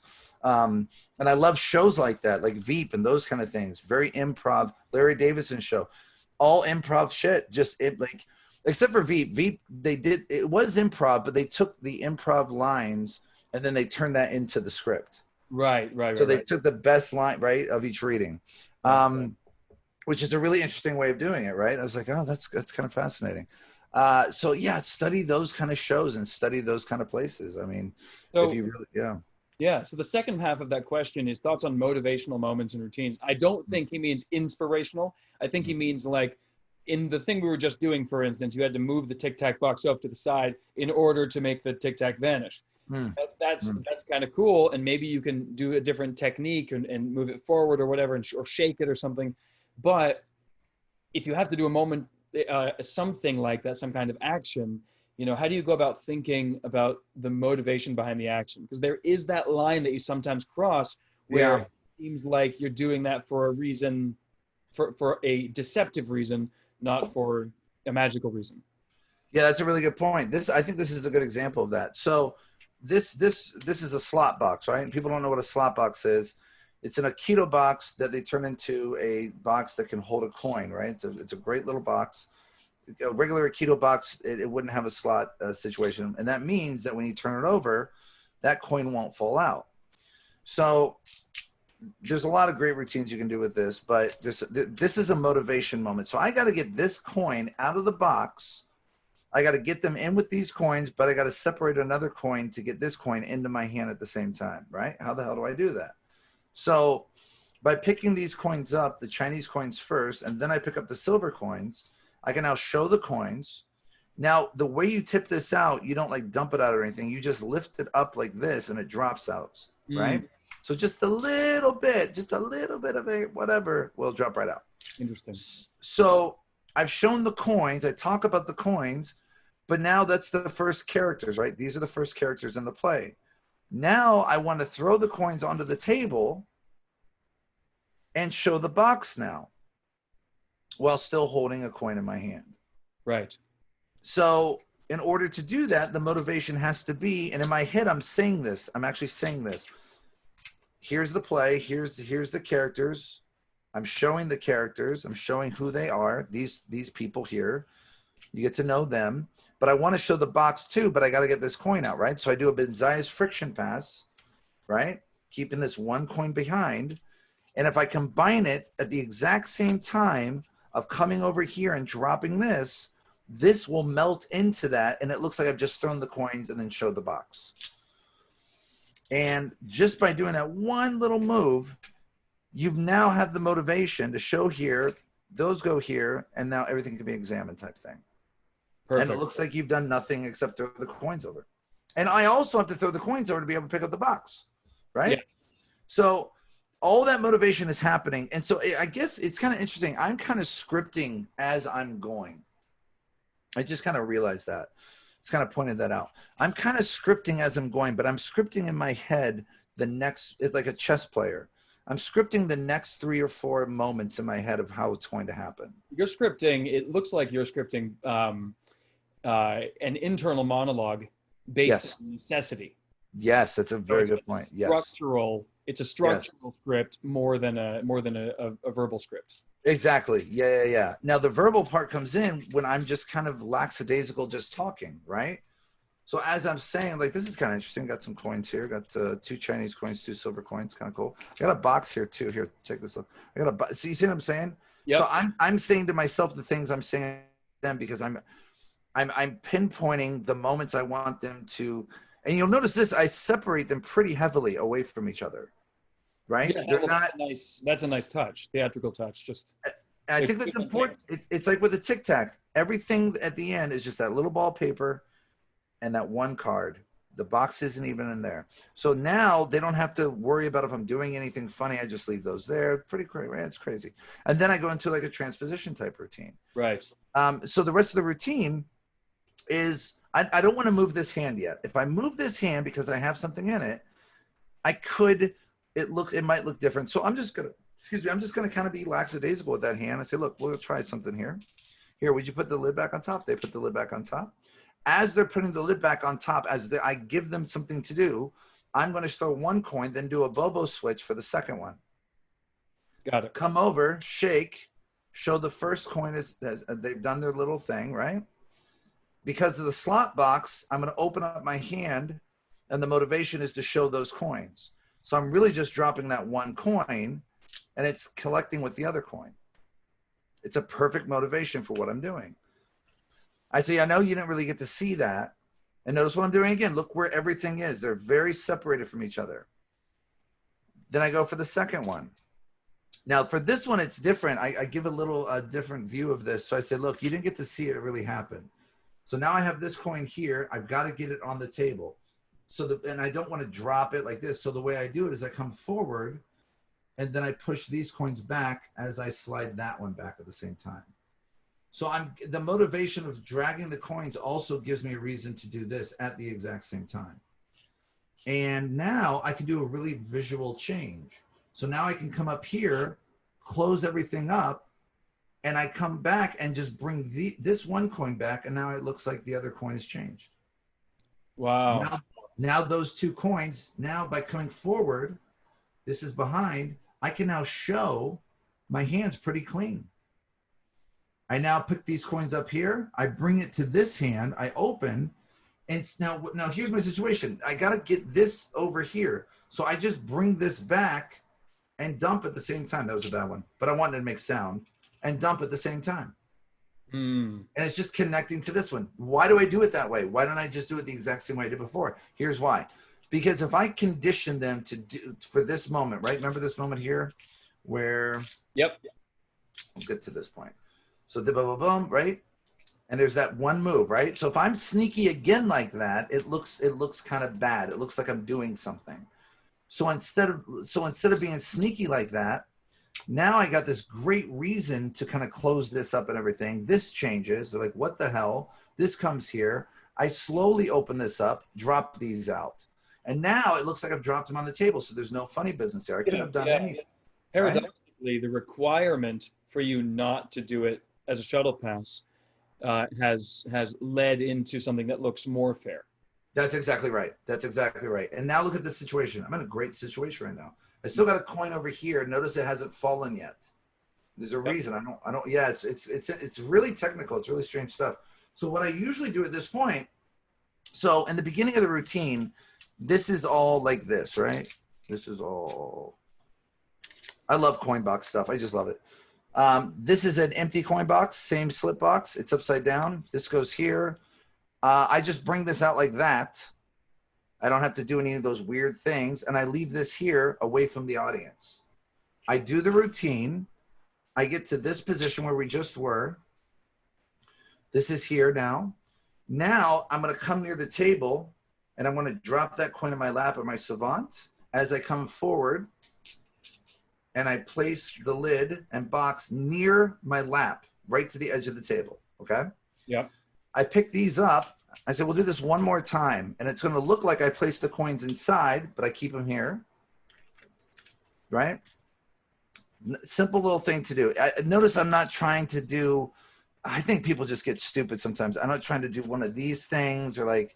Right, yeah. You just can tell something's happening when you hold coins like this. Who the fuck holds coins like this? They just don't.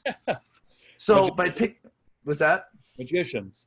The magicians, that's exactly right. People who don't fire wallets. People who are up to something. That's I am. So notice also I have this open, right? So the mouth is open a little bit bigger. So it covers everything too. So as I come in, all I'm doing is this. I'm just dropping it. It's making its own sound. But because I'm coming in quick, it looks like I've just placed them inside. Now what's great is as I'm talking, I can shake these. Oh, no. I can now place this here. I've got the coins here. And just by waving, I've now got a killer fucking transposition. And now the box ends up in the fucking purse at the end. Woo! Thank you very much. Thank you very much. Thank you very much. Oh, let's see some love for that, guys. Jeez. Thank you. Thank you. Thank you. I'm very proud of that routine. Yeah, that was lovely. Thanks, man. Thank you. So you see where the motivation comes in. Every single thing I have to do next has to make sense for the last move or the last moment that they remember. Also, in the beginning, I was using 3 and 3. I'm like, that they couldn't follow it. So I took away an extra coin. So now I just use 2 silver coins and 2 Chinese coins. All right. Well, that's glorious. Thanks, man. I think I'm not sure if my video was spotlighted at the time because I was reacting, but I'm going to spotlight your video there. And can you just do that move one more time? Yeah, of course. Yeah. Did you guys like that? Just the last bit. Just the last. Oh yeah. Yeah. Thanks, guys. Thank you so much. And then after that, we're going to bring in. We have somebody who actually raised their hand. They want to do a live question. So this will be the first time we've done this successfully. I have no idea how to pronounce that name. I apologize. Chandrasekhar Subramanian. Are you creating a spell? What is happening? Yes. You know, words are magic. You ever notice? Words are magic. That's right. Words are magic. It's because you spell words. Okay. Oh, that's some Kenton stuff right there. Here's here's the moment. All right, here's the moment.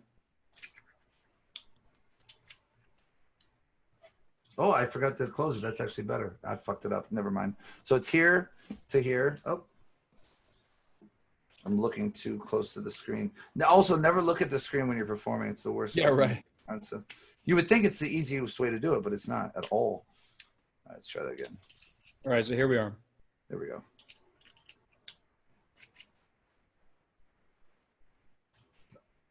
Fucked it up, but that's all right. That's all right. We get it. We get it. It goes. No, it worked good the first time. Which okay, do it again. Do it again. Do it again. Well, here's the thing. Here's the problem. This is what the problem is. I'm doing everything. I have like a slice of things right now. Yeah. Usually I would do it this way, right?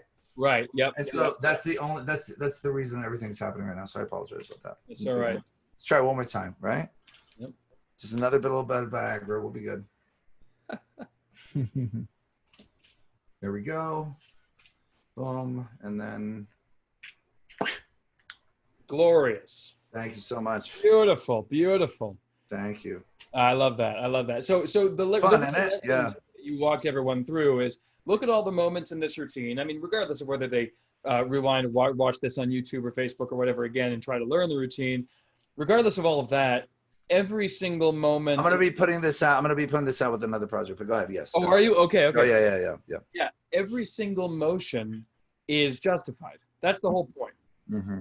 That's the whole point. There's not a moment where you go, that's kind of weird. Yeah, and that's a really interesting point because in the beginning, when I was working on this routine, this was the biggest part for me. Because I had everything else down. I was really happy with it. But this was the biggest thing for me. And I was like, man, how do I, okay, so I've just gone here and I realized at that moment, oh shit, I'm in this position. I just moved back. And then, whoa. Because what I was doing in the beginning is I was doing this.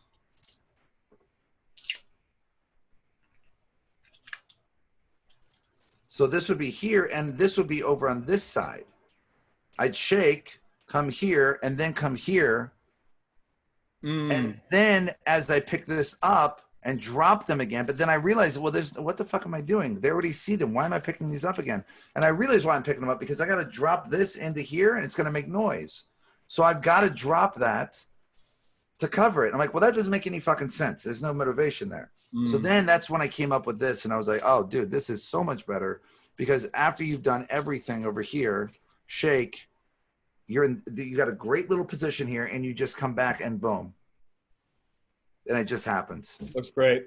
Thanks, man. Yeah. Looks great. So it went through a lot of different, trial and error, glorious torture. Fuck. Yeah, exactly. So we're going to bring in, we're going to allow you to talk, Chandrasekhar. You're going to correct me on that, please. Oh, doesn't that mean a puppy of love? What, I don't know what the fuck that means. What is it? Chandra. I'm gonna butcher the fuck out of this. I apologize, brother. Your name's gonna be Sam. Hey, you're muted right now. If you're gonna ask a question, you are currently muted. So we do want to bring you in here for your question, but I'm asking you to unmute. And at some point, maybe you will, but we have another question we can address, and then we're going to finish up here.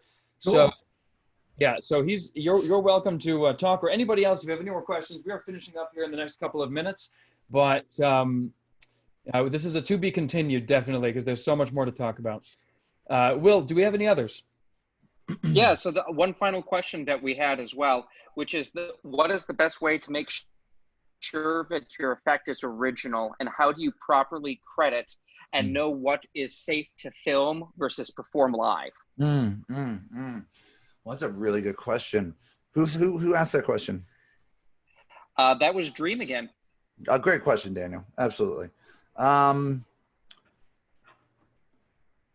In order for crediting and for knowing if something's original or at least if your take on it is original, that's where that team comes in. That's where that team comes in. You need to be able to film something, send it off to them at 5 in the morning or 4 in the morning, whatever we do, and go, hey, take a look at this and tell me what you think.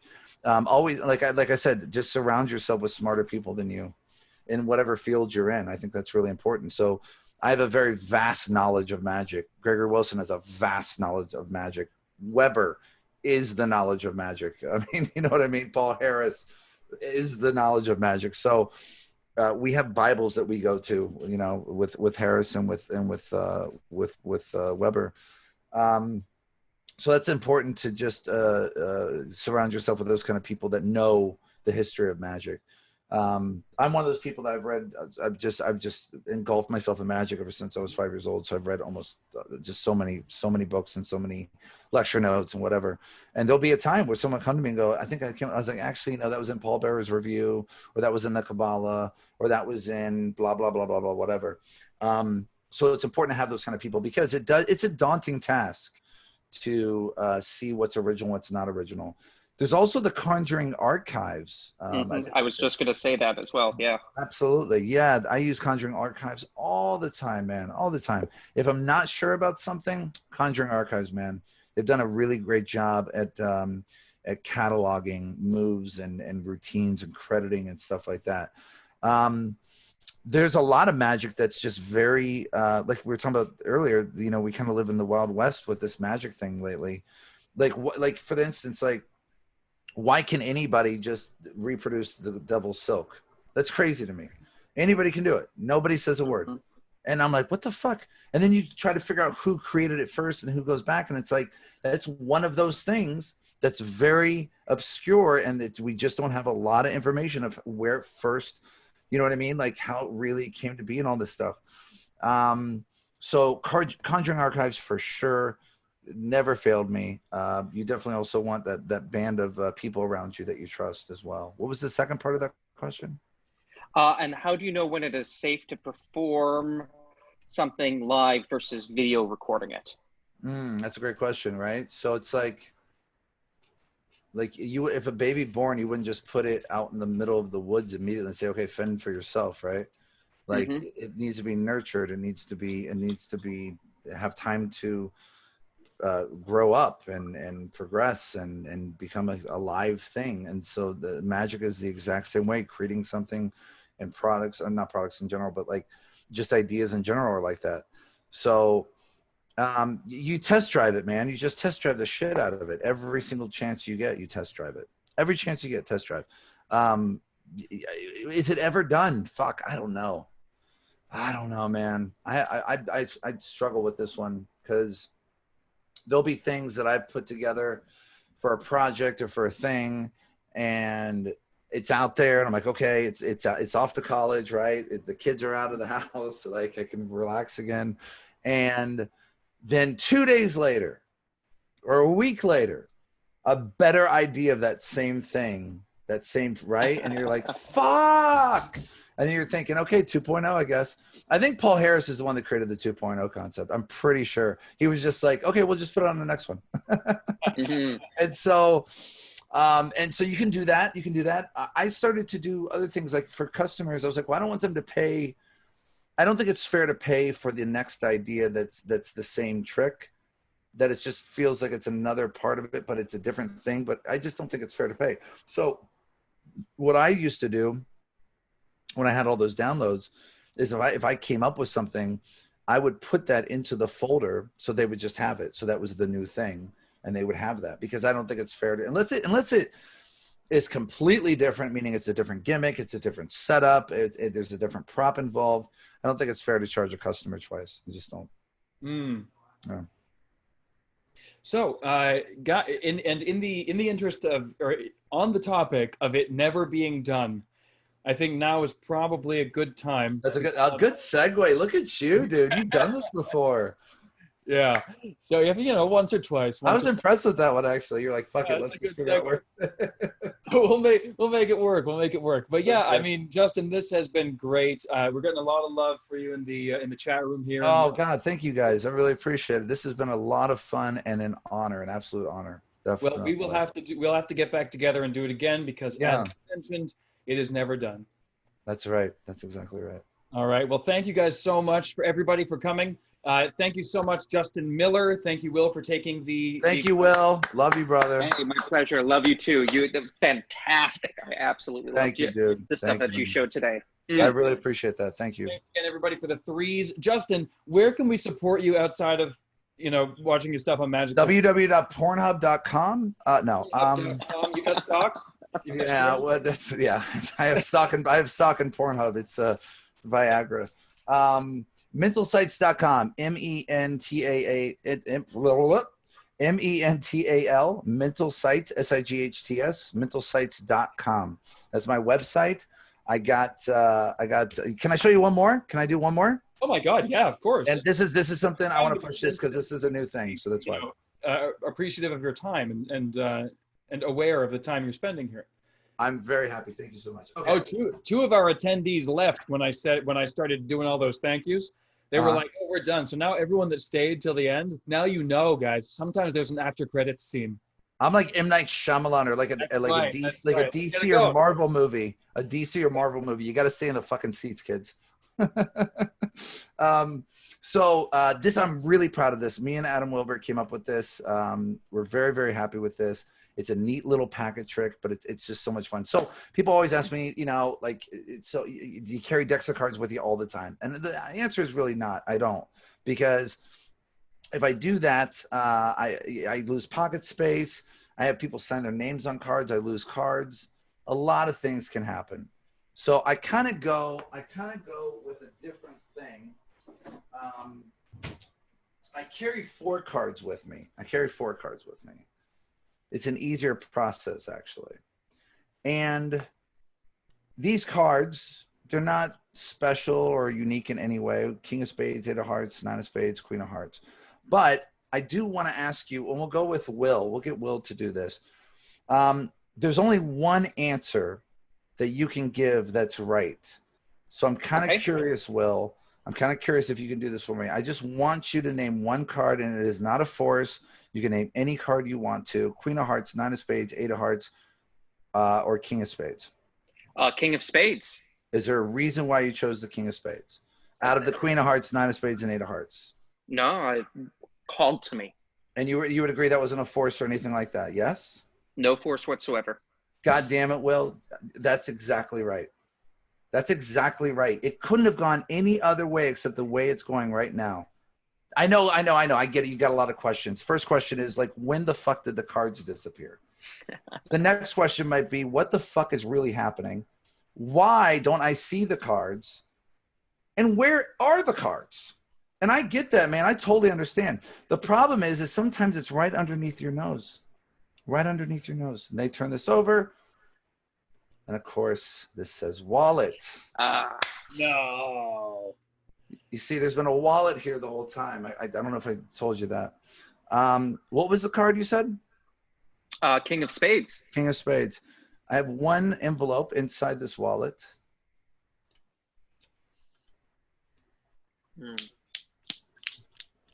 It couldn't have gone any other way. I love that trick.